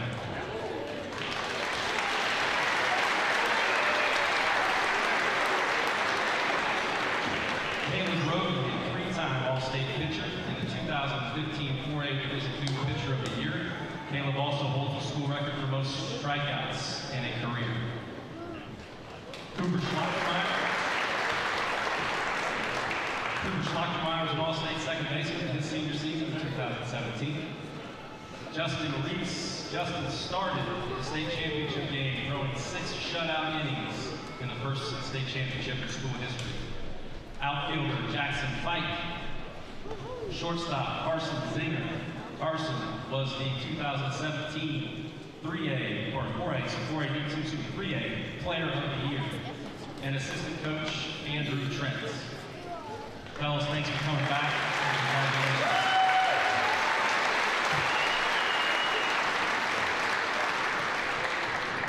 Tonight we're also honoring the 2024 Rock Creek baseball team that won the program's 3rd state championship last spring, defeating Pratt in the 4A state championship game by a score of 7-3. The Mustangs set a new Kansas Sports Hall of Fame record with 28 wins on the season, finishing 28-1. 2024 team outscored their opponents by a combined score of 207-59. Over the season, the Mustangs set a school record with 11 shutouts.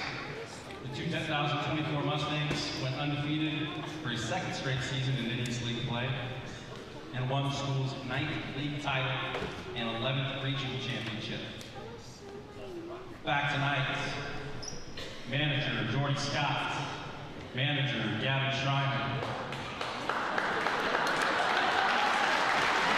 two-time All-State pitcher Megan Vanessa,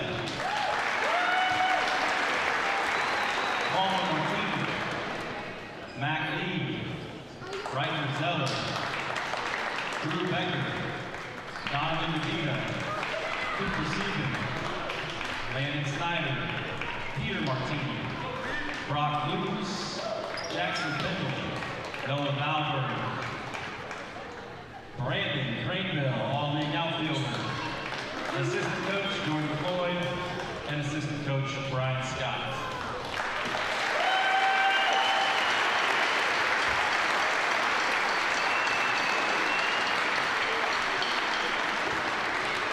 I'll also give a shout out. This year will be the 5-year anniversary, and I see a number from the number of guys from the 2021 state championship team in the crowd as well. We'll be honoring them next year, their 5-year anniversary.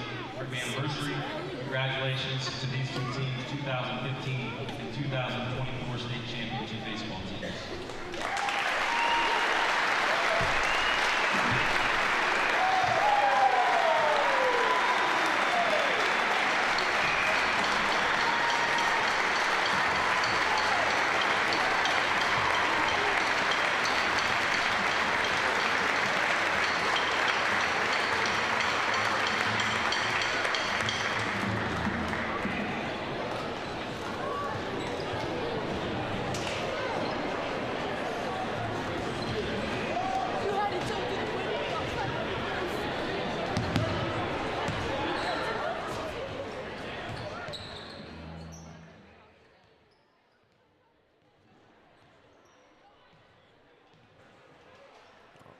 We'll be right back.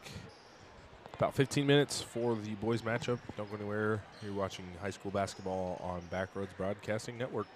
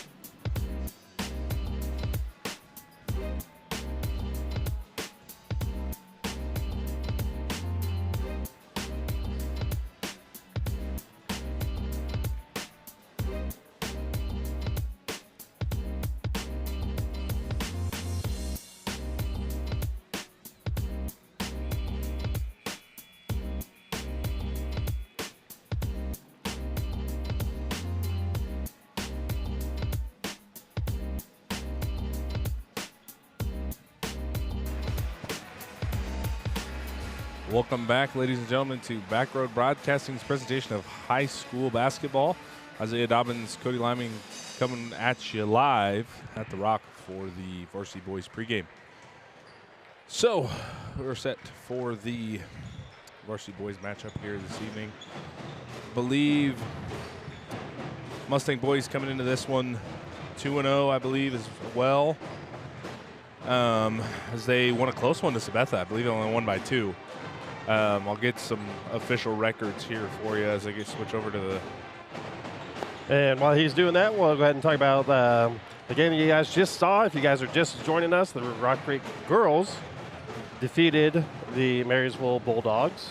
52-43. 52-43. That was a great game. The score didn't necessarily represent how the game went. The Bulldogs were very competitive in that game, and the Mustangs just turned out victorious. In between games, we honored the 2013 or 2014? 2015 and recent champions for baseball.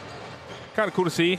Saw some familiar faces, as you know, I did, not to date me, but I did graduate high school in 2016, so. Man, you are young. Yeah, well, you know. But we got about a minute and 20 seconds left before this matchup. So before we get to introductions, we're going to go ahead and do this game's routes to victory, brought to you by Shearer Home Team, powered by Next Home Unlimited.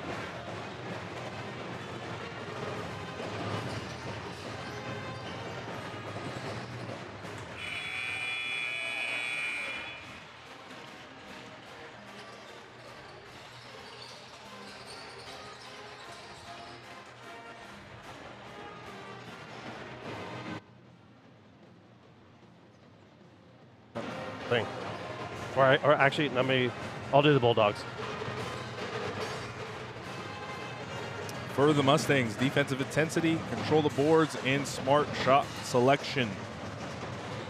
Yeah, I mean, pretty self-explanatory. Turn defense into offense, control the boards, and take good shots. And for the Bulldogs, establish tempo early, perimeter shooting, and limit your fouls. And with that, we are going to get into tonight's introductions of the starting lineup. We'll step aside and we'll be right back.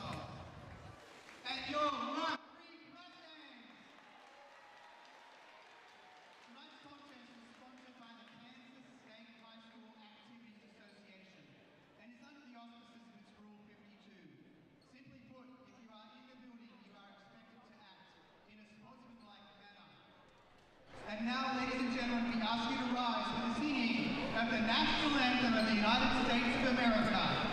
Tonight's anthem will be sung by Rock Creek freshman Ava Dover.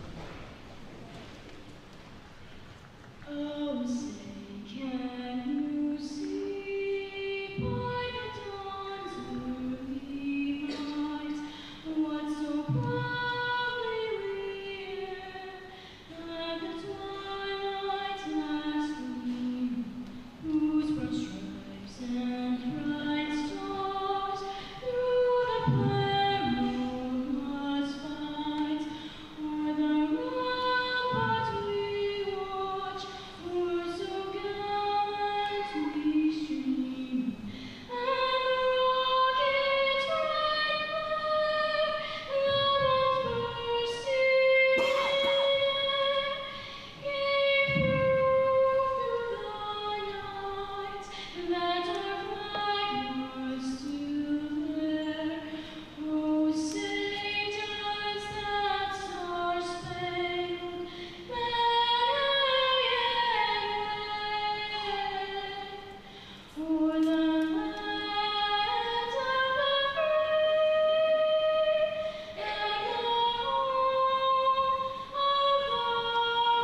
free and the home of the brave?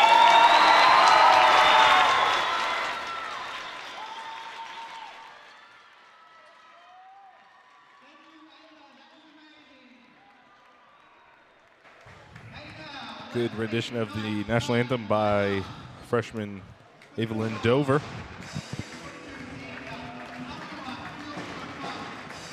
As we get started for the prep for the starters of the game, we'll be right back.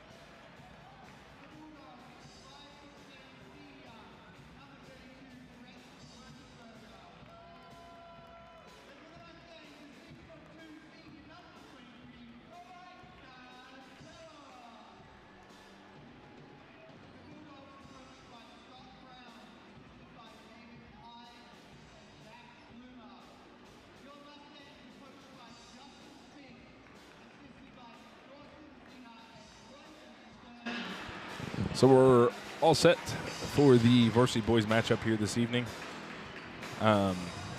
Should be a good matchup.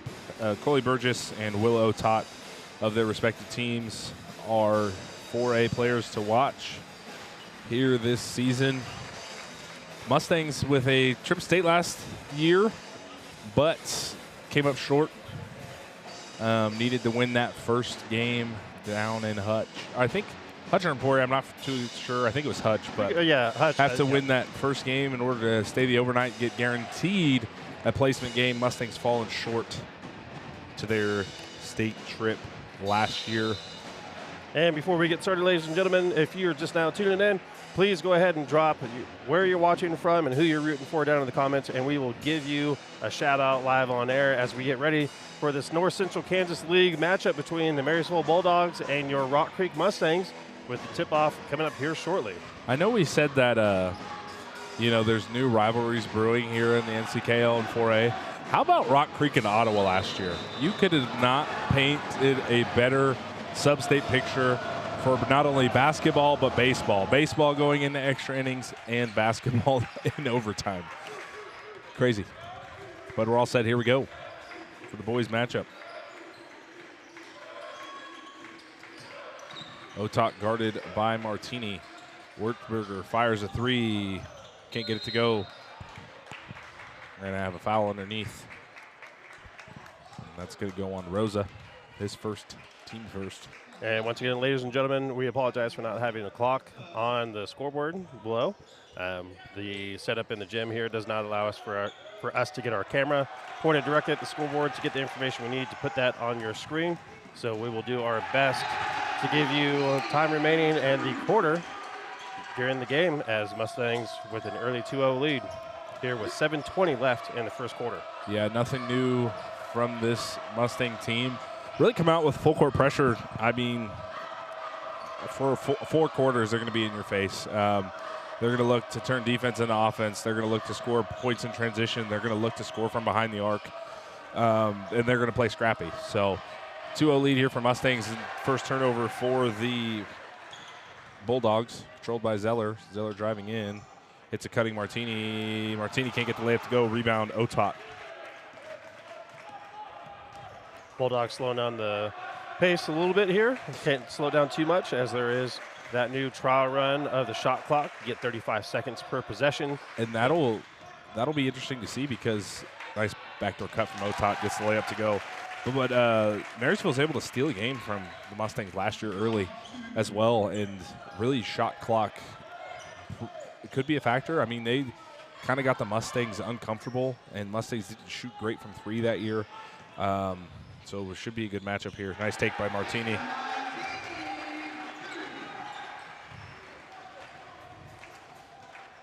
But the pressure for the Mustangs kind of being corralled easily.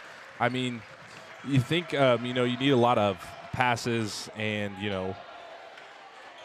basket cuts and stuff like that to beat the press. But really, it's, if you can just clear out and get it to your primary ball handler like the Bulldogs are doing here as that last bucket from Coley Burgess.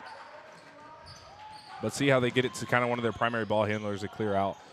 Because inevitably, if four people leave the court, they have to get guarded at some point. So here's Wertenberger. Now over to Lee. Lee going to work on Burgess. Has it stolen. 2-on-2 break. Burgess. Bunch of bodies on the floor. Yeah, there. loses the handle. Fires Rosa. Three-pointer. Bang-a-rang. Probably a good no call there, and Mustangs able to cash it in for three. Yeah. That's one thing I think the Mustangs do want to do better that they did last year. Last year, there were so many times where they would be down into a game and they would try to go to the three-point well, and it was dried up. But finding one of your shooters in transition, good play there from the Mustangs. And they're going to call a push on the Bulldogs. Get you a number here in a second. At least I thought that's what it was, but it doesn't look like there was a foul called. But Mustangs take over anyways. Here's Martini trying to go to work on number 12. That's Grady, or excuse me, that's number 22. That's Jet Keller. Stolen away. Here's Otot. Drives in. Left-hand layup is good. All Otot for the Bulldogs. He's got 4. 4:30 remaining here, first quarter. Entry pass into Bell. Nice backdoor cut from Rosa. Gets the layup to go. Rosa's got 5. 4:20 left to go here in the first quarter. And Mustangs not too keen on running any offense set plays usually. Might do it to get one of their shooters open, but usually just kind of a 4-out, 1-in motion. And, you know, setting back screens. A lot of moving parts of the Mustang offense. Stolen by Bell. Is he going to throw it down? He does! Slamma-jamma for Eli Bell. Mustang crowd coming alive with that put up Yeah. by Eli. I don't think there was not a world where he doesn't dunk that, I don't think. I saw him take a couple steps. He knew it. Here we go. Yeah, here we go. Showtime. 13-4 lead. Mustangs lead by 9. Here's Otot. And with that, gets the Mustang student section in the game. We have a quick foul here on. That'll go on Zeller. Looks like their feet kind of got tied up there. Don't necessarily think it was could have been a no call, but if the official need to make a call there, it would go to the ball handler. It's kind of like tie goes to the runner in baseball, or this, that, or the other. So 3:31 left to go here in the first quarter. Mustangs with a 9-point lead. And with the recent addition to the shot clock in high school basketball, I'm curious to know at some point if they ever add the charge arc, just so that way it makes the ref's job a little easier. Otot driving in the lane. Charge arc? Foul. Yeah, so it's a little semicircle that goes in the lane. And basically, premise of it is if you're above that, charge. If you're below it, it's not a charge. So it dictates a charge call for the referee. It's a little easier. I'm going to have to. Is it at college level? Yes, it is at college level. I'm going to have to pay attention next time I watch a K-State game. And if you're just joining us, ladies and gentlemen, go ahead and leave down in the comments where you're watching from, who you are rooting for, and we'll give you a shout-out live on air. 3:25 left to go here in the first quarter. Otot can't get the second free throw to go. Fight for the rebound, controlled by Burgess. Mustangs have numbers here. Here's Tonzer, drives in. Floater, got it to go. Nice move from Ethan Tonzer. And, really, Mustangs graduated some seniors off the basketball team last year, but really just kind of reloaded. I mean, that junior class, really good, really solid. And with that, we have a timeout. And that timeout is going to be brought to you by Shearer Home Team. Tonight's game is brought to you by Schreier Home Team, LLC, brokered by Next Home Limited, your trusted real estate partner in Mustang country. From buying your dream home to selling with confidence, they're here to help you make your real estate goals a slam dunk. Schreier Home Team is proud to support the Rock Creek Mustangs on the court and in the community. Call them at 785-304-3742 or visit SchreierHomeTeam.com. Go Mustangs. Mustangs up to a 10-point lead here about halfway through the first quarter, and really have just kind of controlled the pace. One thing you can do for the Bulldogs is try to match that pace, but if you're a team that tries to get their most out of their offensive possessions, it can be hard to go from a 3 speed of basketball to a 6, 7, 8 speed that the Mustangs are playing at. Yeah, for sure. And with the speed they're playing at, we'll see who's the more well-conditioned team. See the Mustangs keep that going all game. I'm getting tired just watching them run around. Yeah, no matter how much conditioning you do in the off season, those first couple weeks, you got to get your legs back underneath you. Because you got to think, most of these guys are, 2-3 sport athletes. So coming from football season, you and I both know football season, you really don't do that much conditioning. Yep, do a lot of weightlifting. Yeah, exactly. Get used to pushing people around. Exactly. Running up and down the court, it's a whole different ball game.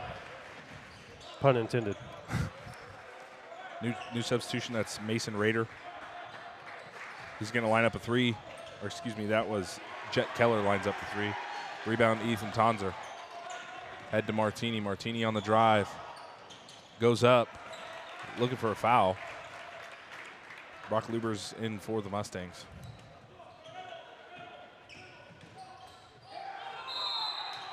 And charge call.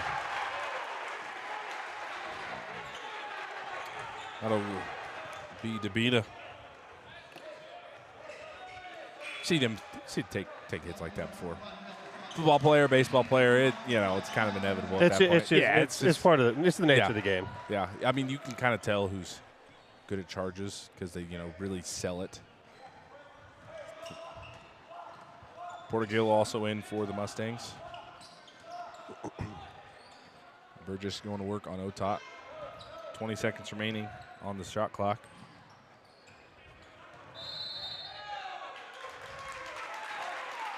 We have a foul underneath. 2:14 remaining here in the first quarter, and at the intermission of first and second quarter, we'll have that Bandit Brain Teaser brought to you by Shortstop. So stay tuned for that. Justin Smith making his case heard. Thinks it could have gone the other way. The defense from the Mustangs corralled by Burgess, throws it away. That'll go to Jordan Miller of the Bulldogs. Here's Miller now. Driving in, back out to number 21. Fires a three. That's Raider. Can't get it to go. Here's Burgess. Back to him. Three-pointer. Got it. And Coley Burgess being a Sports in Kansas 4A player to watch, showing off his skills there. That Mustang three-pointer is brought to you by Schreier Home Team LLC. Helping you hit nothing but net on your real estate goals. Visit SchreierHomeTeam.com. Nice entry pass inside. Loses the handle. Luber's just going to let this one go. Possession arrow will stay with the Bulldogs. 18 on the shot clock. Jackson Pendle checking in for the Mustangs. 1:22 left to go here in the first. It's been a quick first quarter. Baz, pace has been pretty crazy. I mean, even though the Bulldogs are looking to slow it down, three-pointer can't get it to go. I believe that might have hit the top of the backboard. The scramble for the rebound. Tonzer comes away with it. Jump ball, possession arrow will go to the Mustangs. So far, kind of seeing the same deal for the gentlemen Bulldogs as the Lady Bulldogs had. Well, I don't having trouble getting that three-pointer to drop. Great looks, just haven't been able to get it to drop. I mean, I don't mind the three-pointers that they're taking. I feel like some of them are a little rushed. I'd like to see them move the ball a little more over perimeter. And really kind of maybe see some drives from the wing or an inside post present touch and see if they can go inside out. Here's Pendle. Now over to Zeller. Here's Gill. Gill on the drive. Jumper, can't get it to go. Scramble for the rebound. It'll be brought in by Ty Mosier. Possession arrow will go to the Bulldogs. Another jump ball.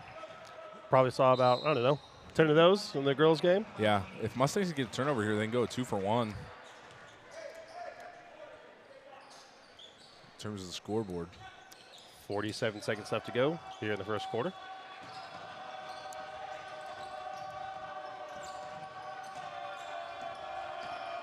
Here's Otot on the drive. Nice pass inside. Jumper for 22. That is Keller. Buries it. 31 seconds left here. Shot clock's gone dark. Zeller on the drive. Puts it down. He's going to be called for the charge. It's Connor Lee taking the bump. And, that's kind of where one of the charge arcs come to play. But also, charge call in basketball is arguably, I think, one of the toughest calls to make. Because it's all dependent on how the ref wants to call it. Yep. There's no clear cut. Yeah, it's like pass interference in football. It's just tough. Because you have people that said, "Oh, he wasn't set at all. He was still moving." And then you have people, "Oh, he was there. He was camped out down there. He was waiting." So, 8 seconds left to go here in the first quarter. Bulldogs looking to cash in on the last second attempt. Otot going to take the three-pointer, throws it up, banks it in. Circus shot. And they're going to call that a 2. They're going to call that a 2. A 2, okay. So with the end of the first quarter, that brings us to our shortstop Bandit Brain Teaser. Isaiah?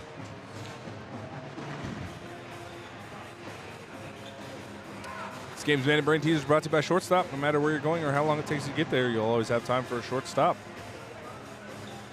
Question is, which Kansas high school boys basketball team has won the most state championships in the Kansas State High School Activities Association history?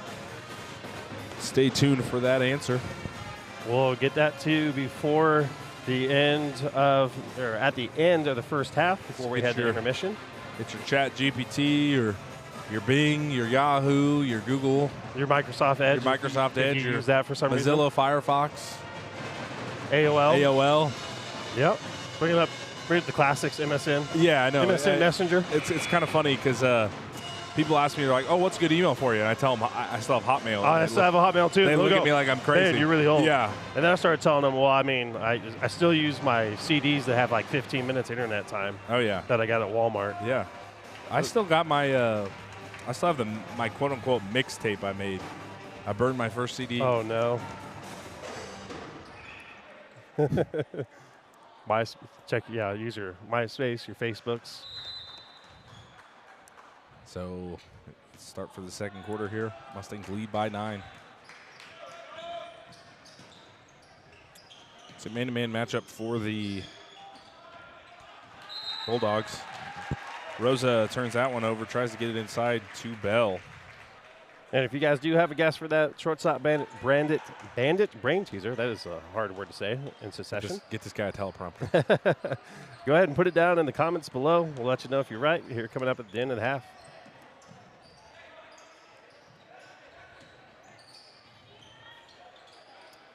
Ortenberger guarded by Bell. Here's Otot on the drive. That's three-pointer for number 10. Connor Lee buries it. And I think they might waive this one. I'm not for sure what the call in the official is. I think he Something said it was, underneath. okay, so it's good.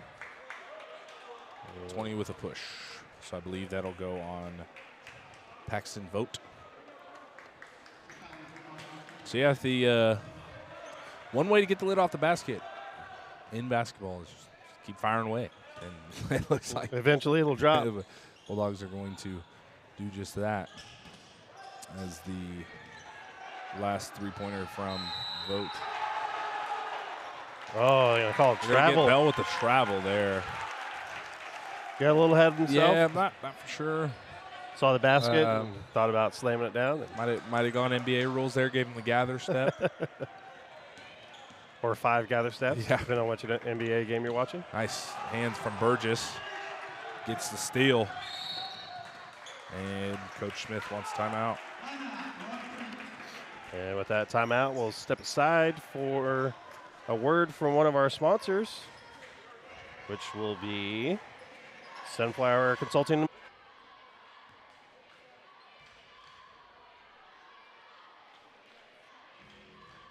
Overwhelmed with receipts, invoices, payroll, and balancing your books? Keeping your financial records organized can be time-consuming and confusing. Contact Cheryl with Sunflower Consulting and Bookkeeping. She provides expert services to help your business stay on track. She ensures your books are ready for tax season, avoiding any last-minute stress. Call Cheryl for a free consultation at 785-506-4008. Reliable, professional, and affordable bookkeeping services you can count on.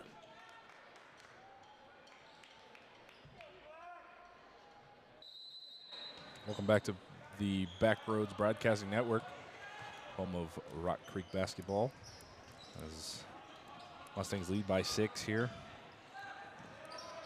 Screen from Bell. Trying to roll Chloe Burgess, mid-range jumper, can't get it to go. Rebound, Otot.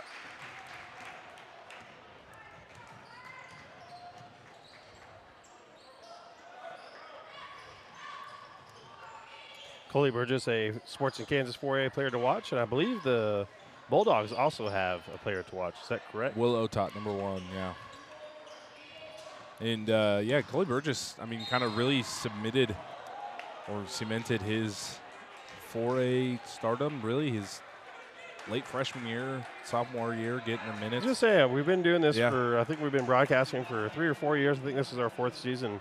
And, yeah, it's been fun watching some of these kids grow up and kind of bloom into great starters, you know? Yes, I can attest that. I mean, this junior class, I knew they would be pretty good. Once they became upperclassmen, I had the privilege of coaching them their 8th grade year of basketball. So, dating myself again. That's your pass inside. Nice. Underneath. That's Jet Keller with the bucket. As the Bulldogs cut down the Mustang lead to 4 with 5:56 left to go here in the second quarter. Here's Martini. Now Zeller, top of the key. Kicks it over to Rosa. Otot with the easy layup. Otot's got 8. Otot showing why he is a player to watch.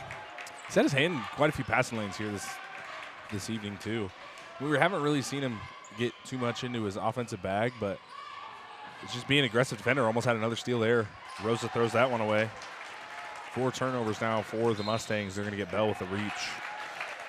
Maybe not a smart foul there. I mean, in transition. Bell was running back to defense, kind of caught flat-footed. That was just kind of a reach to stop the ball. It's one of those fouls you get away with when you're playing pickup basketball at the local YMCA or rec center. Do they have YMCAs anymore? Maybe somewhere. 2-point game. Here's Lee on the wing going to work on Burgess. Wertenberger thought about the 3. Inside to Otot, guarded closely by Martini.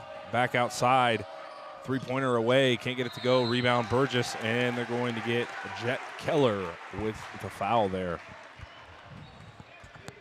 Bulldogs doing a pretty good job getting the ball off before they get close to the shot clock. It had about 12 seconds left to go there before a shot clock violation. Definitely taking a little bit more time than the Mustangs are on their offensive possessions. But haven't really seen that shot clock come into play quite yet. Here's Zeller. This is a referee's kind of picking up the, I would say, pace of calls. fouls. I don't know. Yeah, they're kind of, and that's kind of all dictated on how they want to call it. I mean, but just got to be smart defensively if you're the Bulldogs. Burgess drives in, scoop layup, gets it to go. And I think some Bulldog fans wanted to travel there. No call, and it's good. 4-point lead now for the Mustangs. It'll be either from Burgess. So we get the 5-second call. Dangerous spot to pick up the basketball. That was number 10, Connor Lee. Why is that a dangerous spot to pick up the ball, It's Isaiah? that deep wing. I mean, if you're already pushing the ball to the corner, it's already a shorter between the sideline and where the three-point arc is. And odds are you have another defender. It's easy to trap there, really. And you can kind of cut off passing lanes and block the field of vision. Burgess driving in, flips it up, gets it to go. Back-to-back buckets for Coley Burgess. 4 minutes left to go here in the second quarter. He's got 6. And coming up at the half, we'll have the answer to that shortstop bandit brain teaser. Get your guesses in the comments below.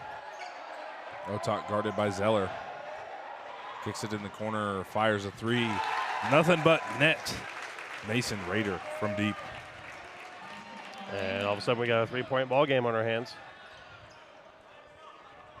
Raiders got 6, 2 3-pointers.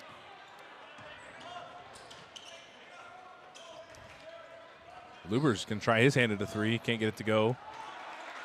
Rebound will go to Ty Mosier.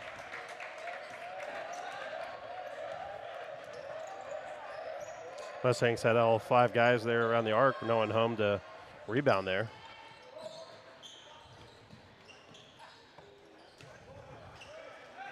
Here's Keller, gets it to Otot. Now over to Vogt. Top of the key, that's Lee. 6 seconds left on the shot clock. They're going to have to throw up a 3 here. 2, 1. And shot clock violation.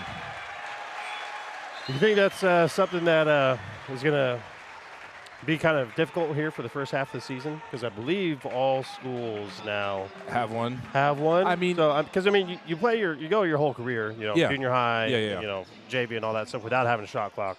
And all of a sudden this year now you have a shot clock and something that you also have to consider as well as everything else. It does take some getting used to, but it's kind of like if you're you have 30 seconds left in a quarter or towards the end of the game, you kind of just become aware at some points because you have players on the bench that may be watching it, Pull-up jumper for Gill. Gets it to go. Nice shot there.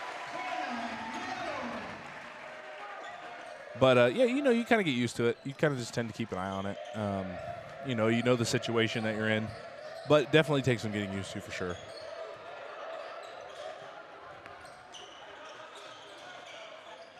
Here's Mosier, top of the key. Ball movement here from the Bulldogs. 15 on the shot clock. Otot on the drive. Floater, got it. Shot there from Otot. 2 minutes left to go here in the half. Otot's got 10. 3-point game. Here's DeBita. Martini's going to fire a three. Say he'll be fouled on the shot. He's going to take 3 free throws. Like to make the most of this attempt here. Turn this into a 6-point lead for the Mustangs. So Glenda says that Marysville doesn't have a shot clock, so this is their first game with one that she believes, which would make sense. Yeah, because I believe that this, like you said earlier, this is kind of the first introductory kind of trial period. Yeah. So not all schools will have it. So definitely it will be interesting going between schools that have a shot clock and don't. It does. And, I mean, like you said, you practice without it, and then if this is your first experience with it, it'll cause some. I mean, I think that even practicing with it, you kind of it's a practice environment. It's not as high stakes. Exactly. But then the second that you get into a game situation, you got a gym full of spectators. You kind of forget. Mm-hmm. Yeah, I'll tell you what, too. It definitely goes by quicker than you think. The shot clock. Especially, if your opponent's giving you a full court press, it takes you a good 10, 15 seconds to get it down the court. Well, you got to think. You got 15 seconds left. Set up your offense. Right. Top pull up three, can't get it to go. Rebound initially controlled by Logan Klingenberg of the Mustangs.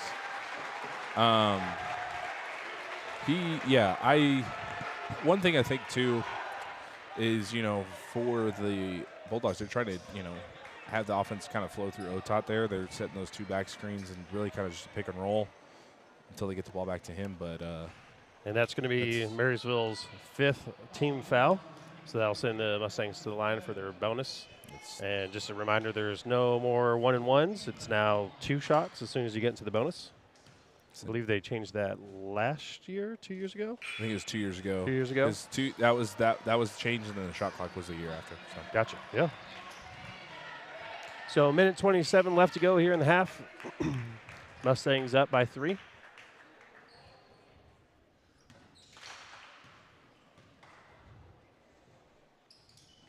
Klingenberg gets the second free throw to go. And that was going to be the 3rd foul on number 22 for the Bulldogs. So he'll take a seat, and we'll see him again in the second half.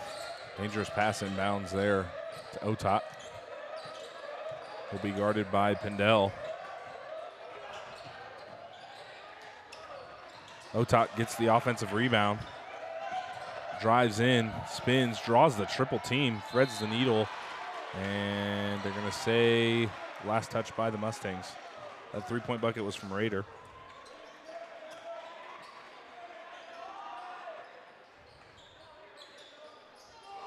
Inbound to Otot. Nice tip back to the inbounds. Wartenberger fires a 3. Can't get it to go. And I believe they're going to get number 2, Grant Huffell, with the foul there.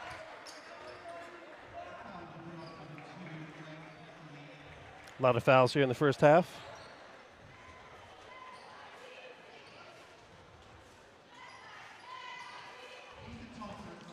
Sent Ethan Tonser to the line for 2. And if you just joined us, ladies and gentlemen, or haven't yet, go ahead and throw down in the comments below where you're watching from, who you are rooting for, and we'll give you a shout-out live on air. And also, coming up here at the end of the first half, we'll have the answer to that Bandit brain teaser brought to you by a shortstop. Also, not only that, but for the OGs in here, that we like interacting with our fans that are watching the broadcast. If you do have a word that you want Cody or I to work into the broadcast this evening, as long as it is age appropriate, we'll do our best. Yeah, family friendly. Yeah, give us a word. Get creative. Open up the thesaurus. Find something that might be creative to try and fit into the broadcast. We'll do our best It's always a nice little challenge. It is. It is. It's always fun. Sometimes I have to, bust out a dictionary because Yeah, I don't know what a I word means. usually have to look up the word because my vocabulary is not very big. But Got that 5th grade reading level going that's right. strong. That's right. 45 seconds remaining. Otot drawing the double team, dribbling to his left. Gets it over to Wurtenberger. Now back to Otot. 15 seconds left on the shot clock. 35 seconds left in this quarter. 9 seconds left now. Otot driving in, going to work on Pendel. Backs his way in, gets the layup, can't get it to go. Leaves it short, rebound Pendel. Up to Tonzer now, 20 seconds left. Shot clock has gone dark. Back to Burgess. Mustangs are going to hold for the last shot here.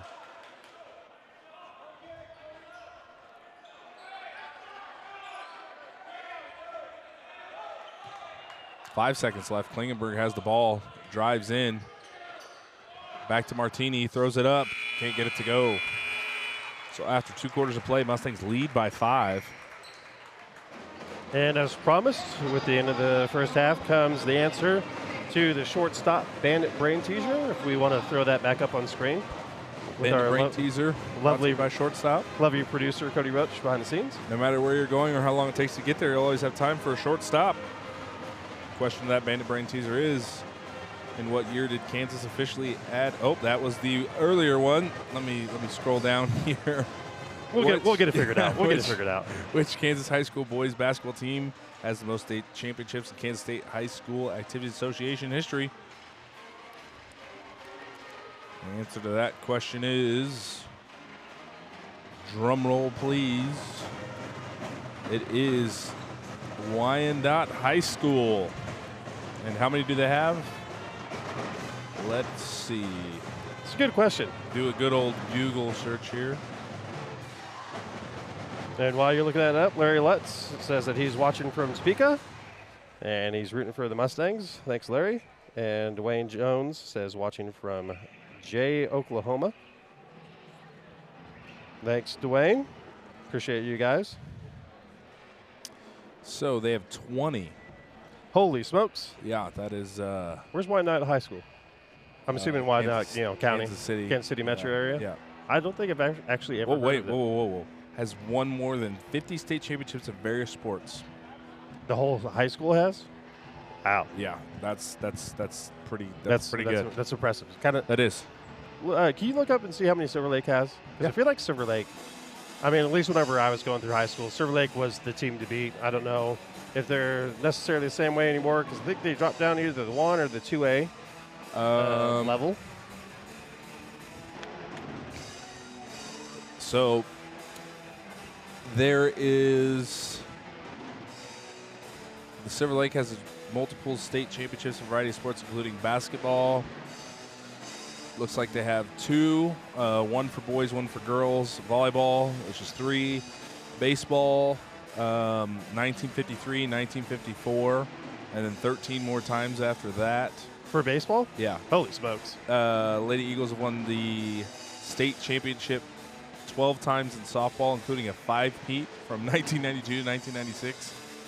First golf title in 2023, and qualified for state 2024 for cross country. So, I mean, I feel like in terms of sports and, I feel like Kansas is fairly underrated for sports. Yeah, especially when it I comes to feel like football or something like that. Exactly. We're not Texas. We're not the southern states, Yeah. Missouri, Mississippi, Alabama, Louisiana. But I mean, look at a lot of the colleges around the area, K-State, KU included. I mean, they're all local kids. Yeah. So Recruit local. Yep. Go big. That's right. But we'll step aside for the remainder of halftime. Don't go anywhere, folks. You are watching the Backroads Broadcasting Network.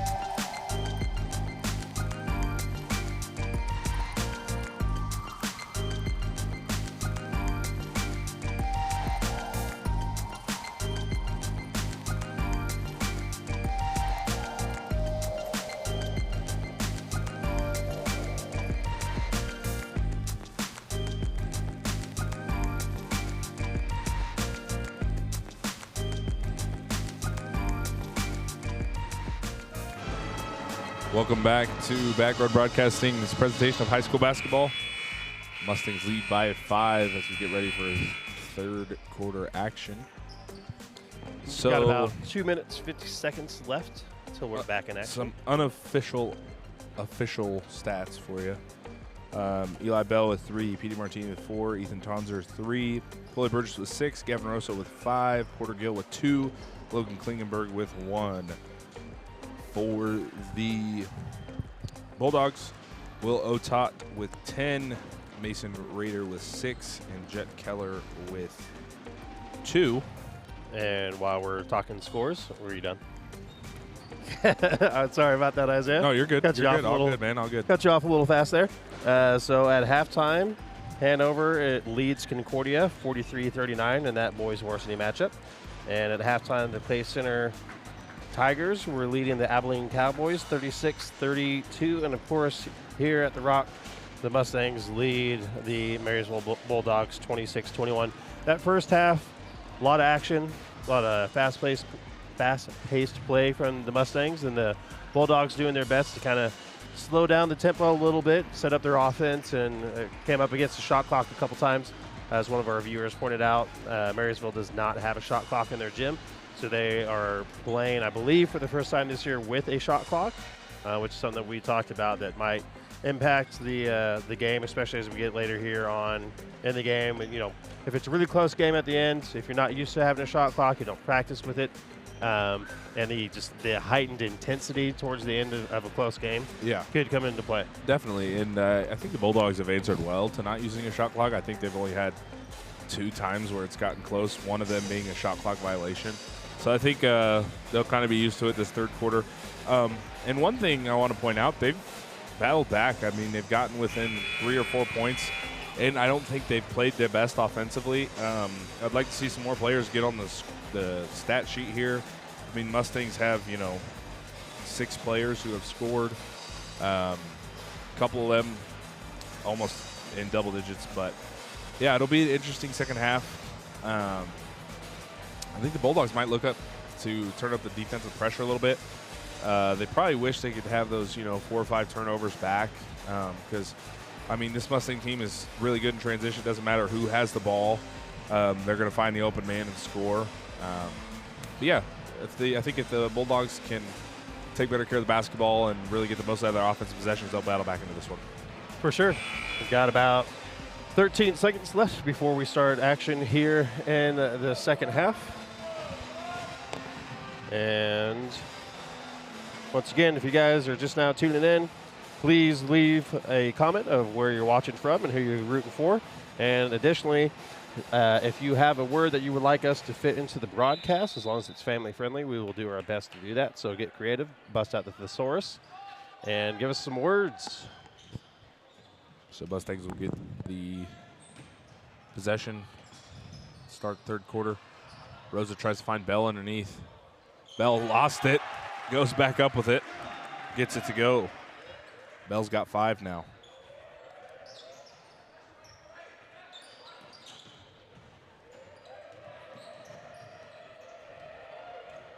Otok clears things out, brings the ball up into the front court. Kicks it over to Mosier, now to Wertenberger. Back to Otok, guarded by Martini. 15 seconds left on the shot clock. Here's Lee on the drive. Nice take. Goes right at Burgess, gets it to go. Connor Lee is now on stat sheet. And a layup. Just got a score update. Wamego leads Chapman at the half, 43-28 in that men's varsity matchup. Nice steal from Otot. Takes it right away from Bell. Otot loses the handle on the layup. And Bell tries to hit Zeller. We'll throw that one away. And I believe the Mustangs have the Red Raiders at home for either senior night or homecoming this year. I believe it's senior night, so have that coming up in February. Keep a close eye on them throughout the season. Yep, this will be our last broadcast for this year. We'll see y'all the new year. Wertenberger fires 3, gets that one to go. Been throwing them up all game, and they just haven't seemed to connect, and that one goes. As I say, definitely want to get him involved. Seems to be one of their sharpshooters on the perimeter. 6:30 left to go here in the third quarter. But yeah, the next game will be in action. Rosa answers with a 3 of his own. Next game will be in action. It's Mustangs take on the Clay Center Tigers in a home matchup. January after Christmas 16th. break. Yep. This is a drive by Lee, loses the handle, and Zeller will be fouled.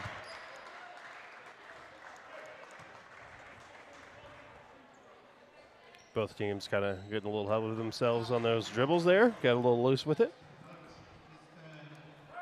Those lines will get you. They'll trip you up sometimes.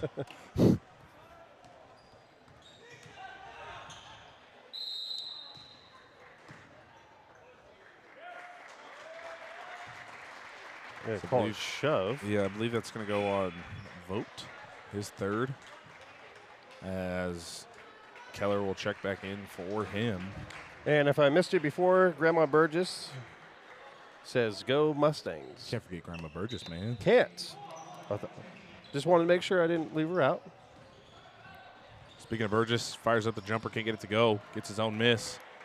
Back out to Martini, fires a 3. Gets it to go. Martini's got 7. Bulldogs seem like they're really trying to slow down the pace here. Yeah. Taking a little bit of time to inbound it, set up the offense on their side.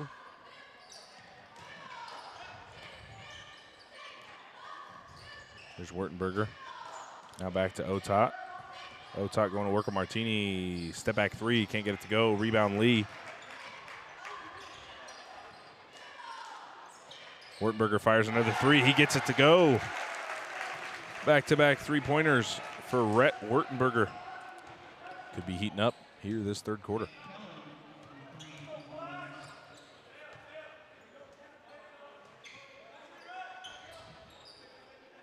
Just under 5 minutes to play now here in the third quarter. They're going to get Mosier with the foul there. I believe that's going to be the third team foul for the Bulldogs. Wish we could take an instant replay on that. I know people are going to think that was kind of a tic-tacky foul, but as Martini spun back to his right, they got Mosier with 2 hands on the back. Anytime you put 2 hands as a defender, they're going to get you 9 times out of 10. Rosa steals that one. Can't convert. Otot loses the handle. Bodies are on the floor. I don't know if you caught that, but it kind of looked like Otot, as he was going down, was able to bounce the ball between Coley's legs to Yes. try and recover it. Yeah. That was impressive. Nutmeg. This is as the football players would call it.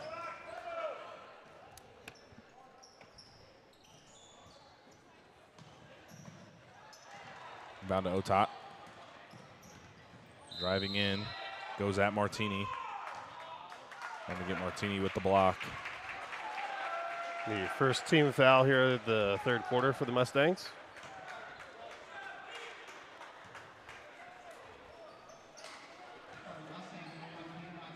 And that's going to be Martini's second. So 4:26 left to go here in the third quarter. Mosier to inbound, gets it into Otot. Otot driving in, gathers. Can't get the layup to go. Rebound Bell.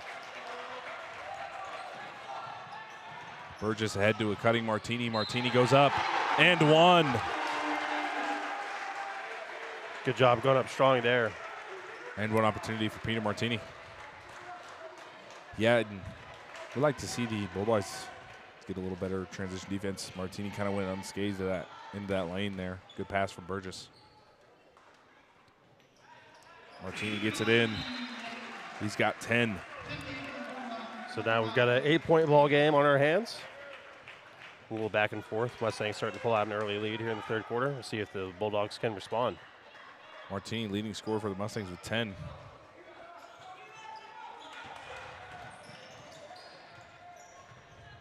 Otot with some ball handling skills there.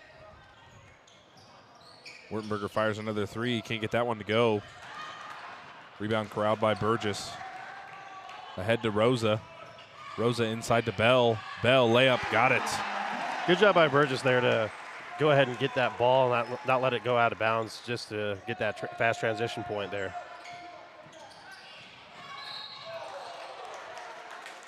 That's Keller will be fouled.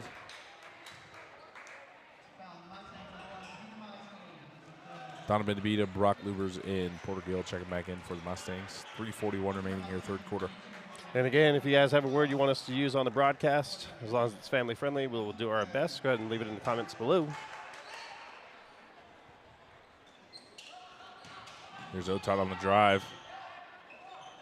Out to Keller. Now to Wertenberger, guarded by Burgess. Now Rader. Have a whistle. Move this near side here. I believe that one's going to go on DeVita. That'll be a second.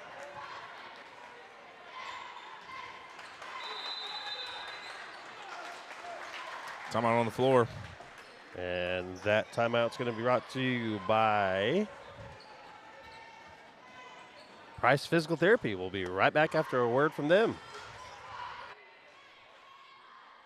Price Physical Therapy, a new clinic located in Wamego. They specialize in orthopedic rehabilitation following total joint replacements, arthroscopy procedures for ACL, rotator cuff, meniscus, sports rehab, and injury prevention. They individualize care and treatments of athletes at every level and work with the athlete from initial injury until they return to play, including strength, endurance, agility, and coordination drills. Experience the difference with Price Physical Therapy. To schedule your appointment, visit pricephysicaltherapy.com.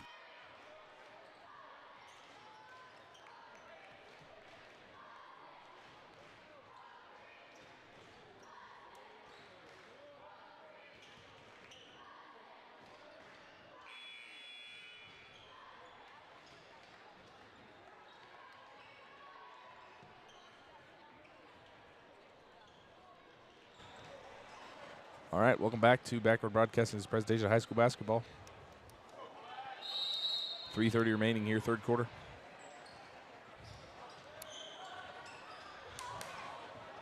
Inbounds into Wertenberger, guarded by Gill. Now out to Rader. And I believe they're going to get Lubers with the foul there.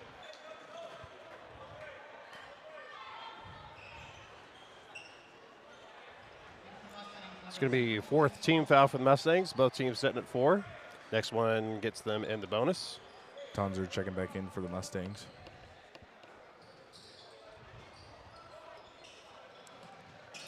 Inside to Price. Otot, Wertenberger pump fakes, drives in. Out to number 21. That is Rader. Can't get the three-pointer to go.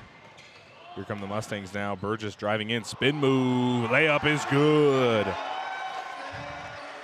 Coley Burgess With a nice the transition bucket.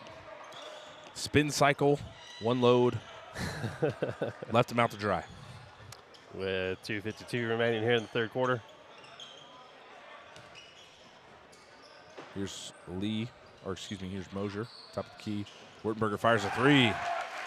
Gets it to go. I believe that's his third or fourth made three-pointer. He's got 9. That's his third.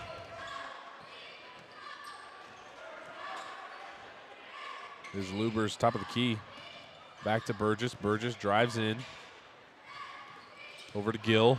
Gill drives in, takes it up, has it stolen. And with that being Wertenberger's third made 3 this half, we'll see if the Mustangs elect to double team him or not. Mosier fires, can't get it to go. Possession arrow will go to the Mustangs. So Mustangs lead by 9 here. 2:06 remaining. Number 10 for the Bulldogs coming in for number 22. 10 for 22. That would be Connor Lee for Keller. And Burgess coming out for number 13. That'll be Logan Klingenberg. 2:05 remaining here in the third quarter. Mustangs with a 9-point lead. Here's Zeller driving to his left. Gill fires a three, can't get it to go. Rebound will go to the Bulldogs. Jump ball. And possession arrow will stay here with the Mustangs.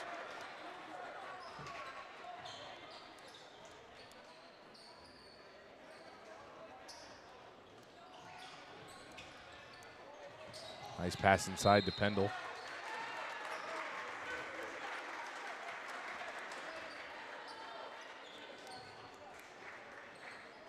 He'll be fouled and head to the line for 2. And that foul was on number 24 for the Bulldogs, his first. Jordan Miller. Pendle's first free throw is good. Minute 30, or excuse me, minute 50 left here in the third quarter. Mustangs with an even 10-point lead. Pendle can't get the second free throw to go. Minute 45 remaining here, third quarter. Here's Otot on the drive. Now Lee puts up the floater, gets his own miss, draws the triple team under the basket, and possession arrow will stay with the Bulldogs.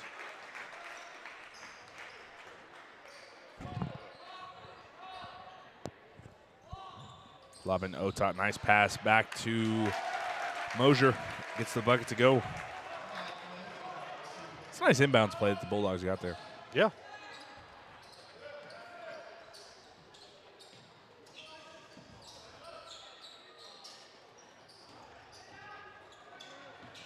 Nice pass inside. Pendle gets the bucket. Good pass from Zeller.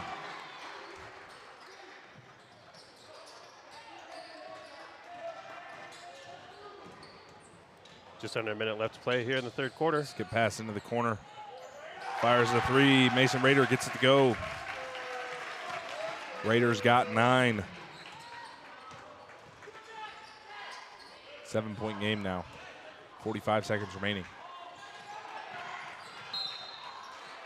We're going to get Mosier with the foul there.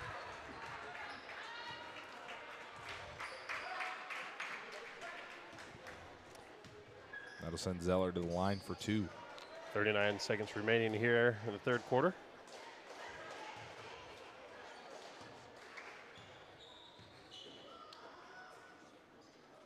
First free throw for Zeller is good.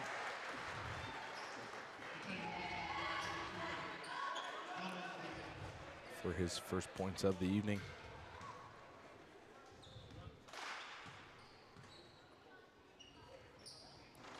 Second free throw is good too. And Burgess is back into the game. 23's out. It'll be Zeller. 9-point lead for the Mustangs. 30 seconds remaining. Lee takes it all the way. They'll drive in and get fouled. They'll head to the line for 2. Good job there just to push past the Mustangs, take it all the way in. Coast to coast. Draws the foul. He took that one from Main Street of Westmoreland to Main Street of St. George.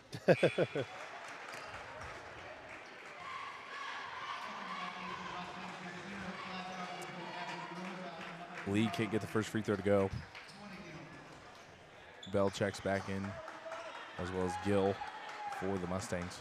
Yeah, it looks like 24 for the Bulldogs is awaiting his chance to come in, and he will. Lee gets the second free throw to go. And Mason Rader checking back in for the Bulldogs, excuse me. 28 seconds remaining. Mustangs hold for the last shot here.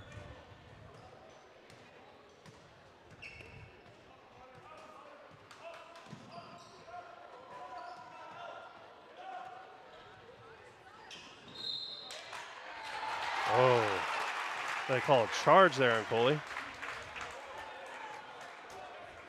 I think they got him maybe with a little bit of a push out there. I think Burgess was just putting his arm out to protect the ball. Not for sure the call there, 50-50. Could have gone either way, but I don't think he gave that much of a extracurricular effort with his forearm, but That's going to be his first, and with 12 seconds left to go here in the third quarter, it'll be Bulldogs ball. 10 seconds remaining. Otot has it. He'll go to work on DeBita. 5 seconds left. Here's Otot driving to his right, kicks it into the corner. Last second shot. Raider can't get it to go. And with the end of the third quarter, we'll step aside from a word from our sponsor, Price Physical Therapy. Price Physical Therapy, a new clinic located in Wamego. They specialize in orthopedic rehabilitation following total joint replacements, arthroscopy procedures for ACL, rotator cuff, meniscus, sports rehab, and injury prevention. They individualize care and treatments of athletes at every level and work with the athlete from initial injury until they return to play, including strength, endurance, agility, and coordination drills. Experience the difference with Price Physical Therapy. To schedule your appointment, visit pricephysicaltherapy.com. This is also brought to you by Schreer Home Team. Brokered by Next Home Limited, your trusted real estate partner in Mustang Country. From buying your dream home to selling with confidence, they're here to help you make your real estate goals a slam dunk. Schreer Home Team, proud to support the Rock Creek Mustangs on the court and in the community. Call them at 785-304-3742 or visit SchreerHomeTeam.com. Go Mustangs. So, Mustangs lead by 8 going into the fourth quarter. And really, I mean, Bulldogs have battled back, but I feel like they really haven't hit their stride yet in terms offensively. I mean, they've hit some big three-pointers to kind of, halt the Mustangs' run, but I feel like they haven't had an opportunity to really cut into this lead.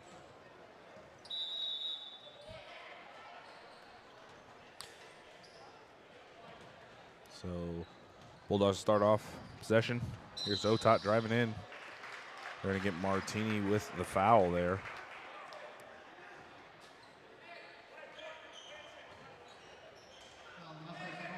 And that'll be his fourth. Yeah, Martini will take a seat. We'll see him probably towards the end of this quarter here. Inbounds into Lee. Otot fires a three. Can't get it to go. Corral for the rebound. Raider gets it in, fires to Wurtenberger. Wurtenberger three-pointer. No good. Mustangs will take possession.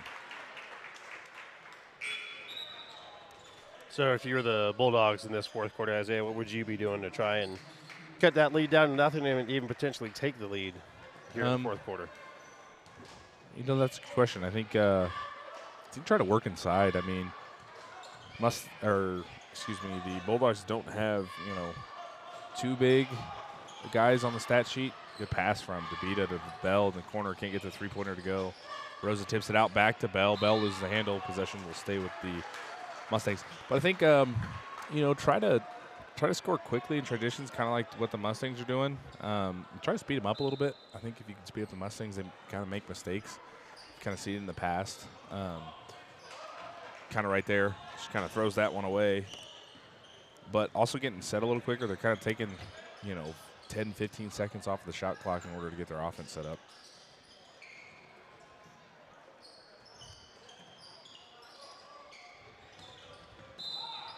Here's Lee on the drive, and they're going to get him with the charge.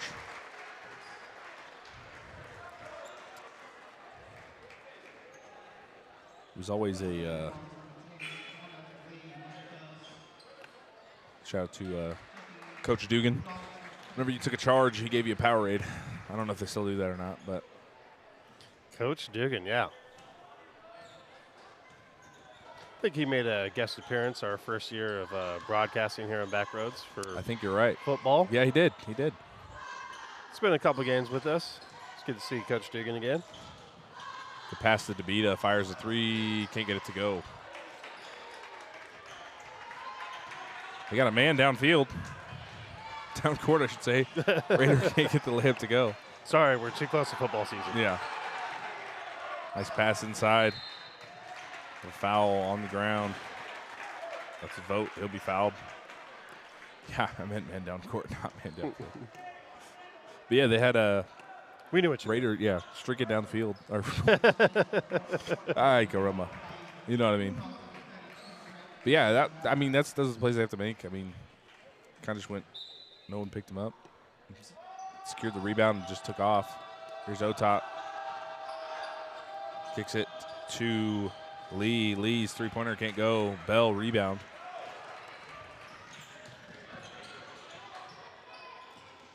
Here's Burgess. Takes it in. Can't get it to go. Head to the line for 2. 6:17 left to go here in the fourth quarter. That'll go on James Busman. His third. Or excuse me, that was Will Otot. Sorry.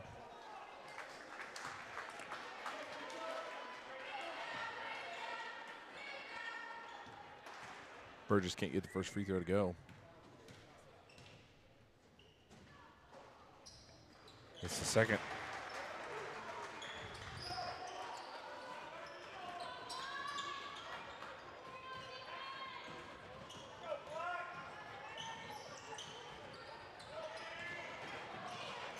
Here's Lee. Now to Raider. Back to Lee. Driving in, nice pass. Down low, pump fakes. Bell had his hand in that one.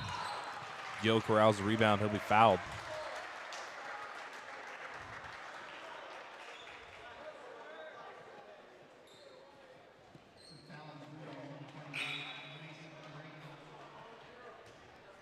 Mustangs lead by 9. 5:55 remaining.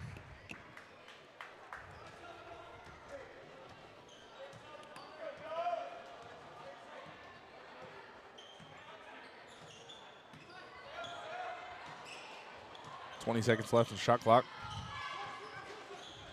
Burgess kicks it over to Zeller. Zeller on the drive. Underneath to Gill. Has it blocked by Otot. Bulldogs have numbers. Otot driving in. Reverse layup, can't get it to go. Rebound Raider, stolen by Rosa. Rosa turns that one over. I think he was trying to find Bell. Otot pull up 3. Can't get it to go. Good hustle from Mosier. Possession arrow will go to the Mustangs.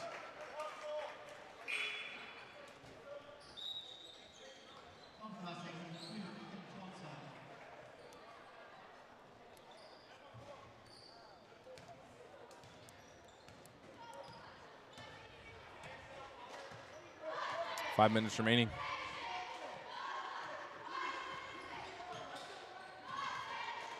Here's Burgess. Over to Tonzer. Tonzer back to Burgess. Burgess pump fakes, drives in. Pick up the foul. And it'll be Mustang possession under the baseline. Or under the basket.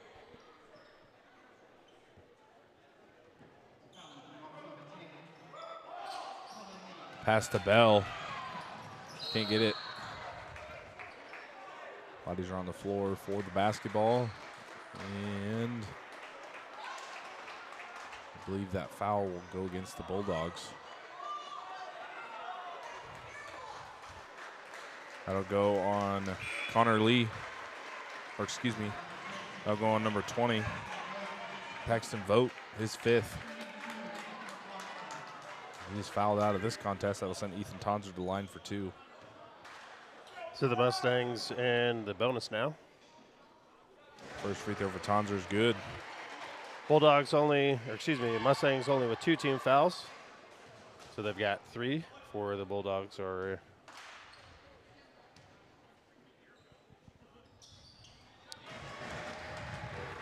And Tonzer's good on both free throws there. He's got 5. Just under 5 minutes to play.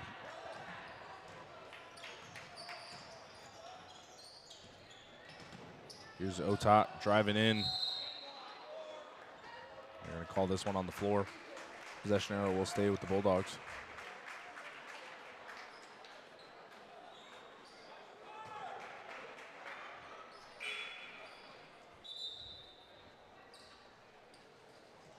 Substitution. Pendle checks in for Zeller.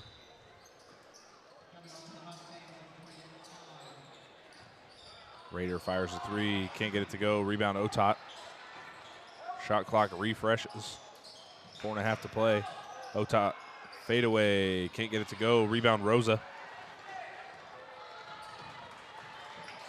Over to Tonzer. To Pendle. Fires a 3, can't get it to go. Rebound Otot. little bit of a stalemate here in terms of points scored for both teams. Last points coming by Tonzer at the free throw line about 2.5 minutes ago. Here's Burgess inside to Bell.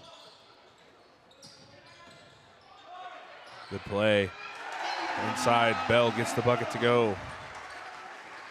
Bell's got 9.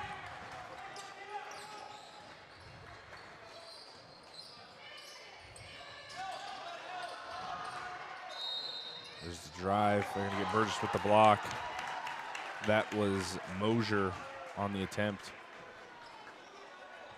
So Mosier will head to the line for 2. A little bit of delayed call there from the official.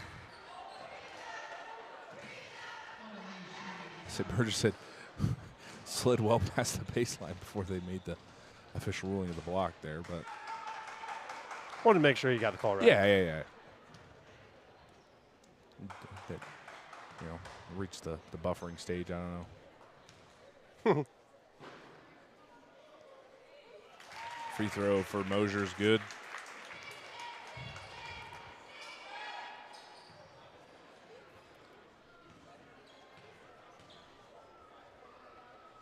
Second free throw underway. Can't get it to go. Rebound, Pendle. Mustangs with a 12-point lead here with 3:30 to go in the fourth quarter. Here's Burgess. Skip pass to Rosa. Fires a 3. Can't get it to go. Rebound, Pendle. We're going to have a jump ball. Possession arrow will go to the Mustangs.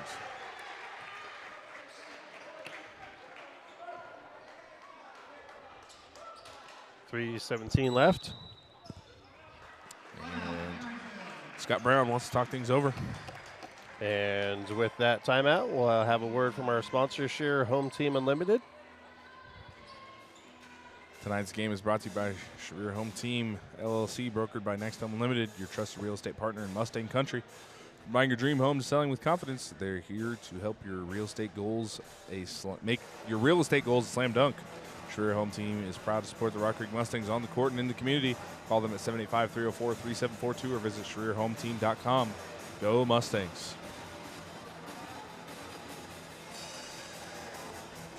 So, Bulldogs down 12 here late in the fourth. What do the Bulldogs need to start doing better? Push the pace. I mean, they're kind of getting down on time here. I mean, do you think the 3 ball's the way to go, or you think just try and feed it inside? I think, just trying to go to the line. I mean, you already got 5 fouls. I mean, if you go up, you get fouled, you're going to go to the line regardless, even if it's a shooting foul or, a touchy-go foul. But I like to see them just, pick up the pace on offense a little bit. Like I said, they're waiting, 10, 15 seconds into the shot clock, and that's, over half the time that you have there. Tonzer on the lob, gets to go. He's got 7. Here's Lee. Now to Wertenberger. Now over to, that was Mosier. Can't get the 3-pointer to go. Raider extends the play. He'll head to the line for 2. Both teams in the bonus now? Yep.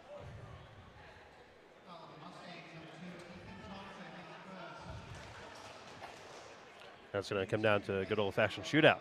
Yeah, but I think just picking up the pressure offensively and defensively can help them claw back into this lead. Raider can't get the free throw to go.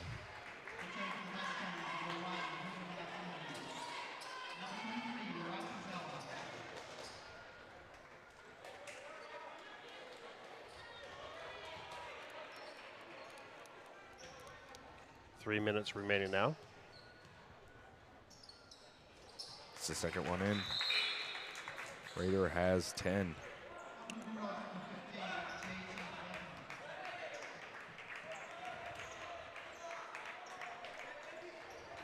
Looks like the Bulldogs are going into a full court press. Would have liked to see, yeah. Try and pressure the Mustangs, maybe make a mistake. Yeah. Mustangs do great in the transition, so we'll see if this makes a difference. Right.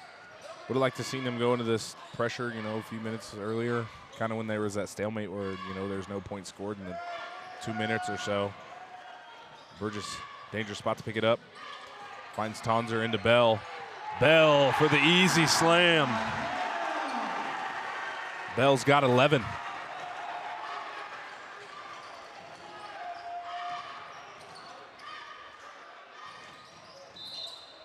Get Burgess with the foul there. That'll send number 10, Connor Lee, to the line. Yeah, that's going to be, oh, they called, yep. That'll be his third. 2:30 left to go here in the fourth quarter.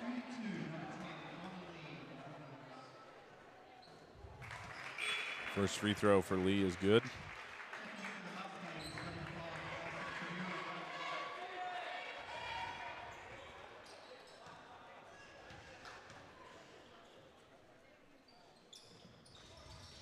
Can't get the second one to go. Scramble for the rebound to Beeren, who just checked in. Be on the floor. Let's see what possession arrow lines up for. And it'll stay with the Bulldogs. And just got a score update for you guys. Wamego boys win over Chapman, 83-42.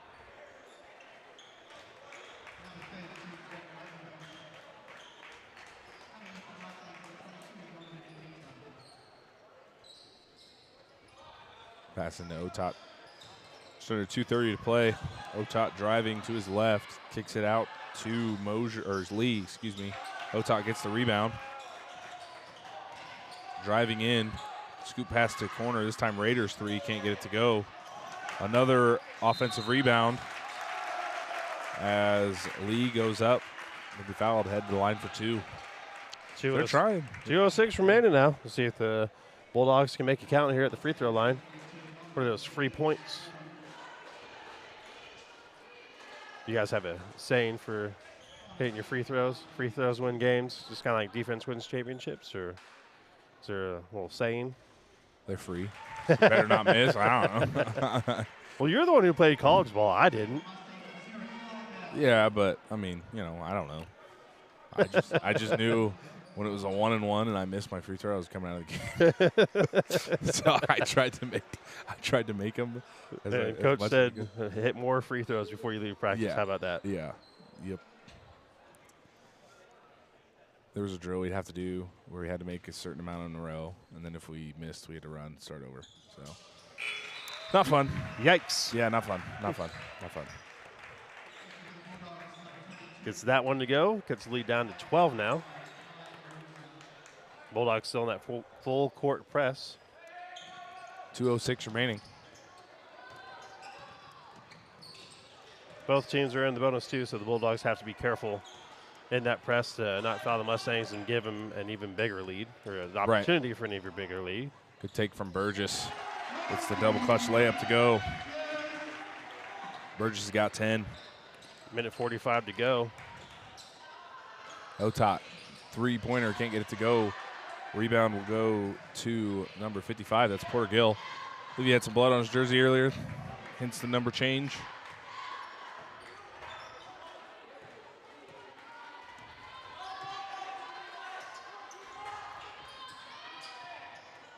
Martini fires a 3. Can't get it to go. Bell, put back, got it. Bell's got 13 now.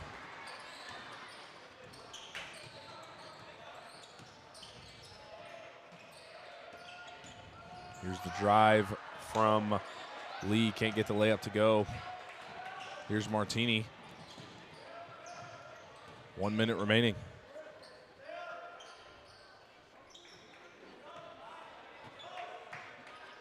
.20 seconds left in the shot clock. Bell takes that one. He's got 15 now.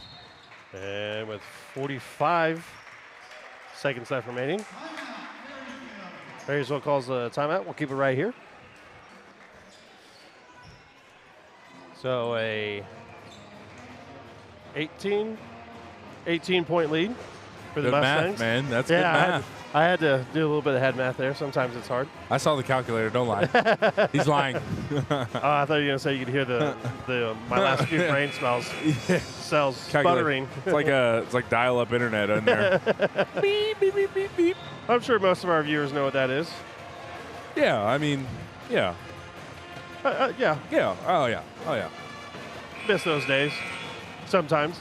Yeah. There's something nostalgic whenever I hear a dial-up tone. Oh, I know. Yep. Wish you guys could have heard that. Cody, our producer, doing the best dial-up internet noise you'll probably ever hear. It's odd to be nostalgic for slow internet, but here we are with 45 seconds left to go here in this North Central Kansas League matchup between the Rock Creek Mustangs and the Marysville Bulldogs. Yeah, and Mustangs at the beginning of the season, we're ranked in 4A. I believe they were at that 5 or 6 spot, but you know, we've said time and time again, the 4A division is just such a gauntlet. I mean, the teams that you have in the top 5 can move very easily into the top 10, and then the new, 2, 3, 4 teams can move into that top 5 spot. So it's really unpredictable. A lot of talent, a lot of good teams. Yeah. We'll see another good matchup here as the Mustangs will take on the Abilene Cowboys. It's kind of turned into a rivalry in itself. It has here over the past few years. Speaking of the Cowboys, they finished 61-53 over Clay Center tonight. So, see, Abilene came back after that one. I know that Clay Center was up for majority of that game. Good rebound by Tabirin. And good ball movement here by the Mustangs. 10 seconds left. Klingenberg floater gets it to go. I believe that'll do it on that one. Klingenberg ends with 3 points. As JT Becker puts up the ending shot. Final, Mustangs really kind of took control in that fourth quarter as they end with 20-point lead, 63-43. Leading score for the Mustangs tonight. Really good game for Eli Bell. He led the way with 15, followed by Martini with 10, Burgess with 10, Tonzer with 7, Rosa with 8. And for the Bulldogs, Otot with 10, Lee with 6, Raider with 10, and Wartenberger with 9. So that'll do it here. Mustangs get the sweep over the Bulldogs. And thank you to our viewers at home for watching, and thank you to our sponsors. Our sponsors allow us to bring this free broadcast to you. For Backroads Broadcasting, I'm Cody Limey. I'm Isaiah Dobbins. We got to go for now, but we'll BRB.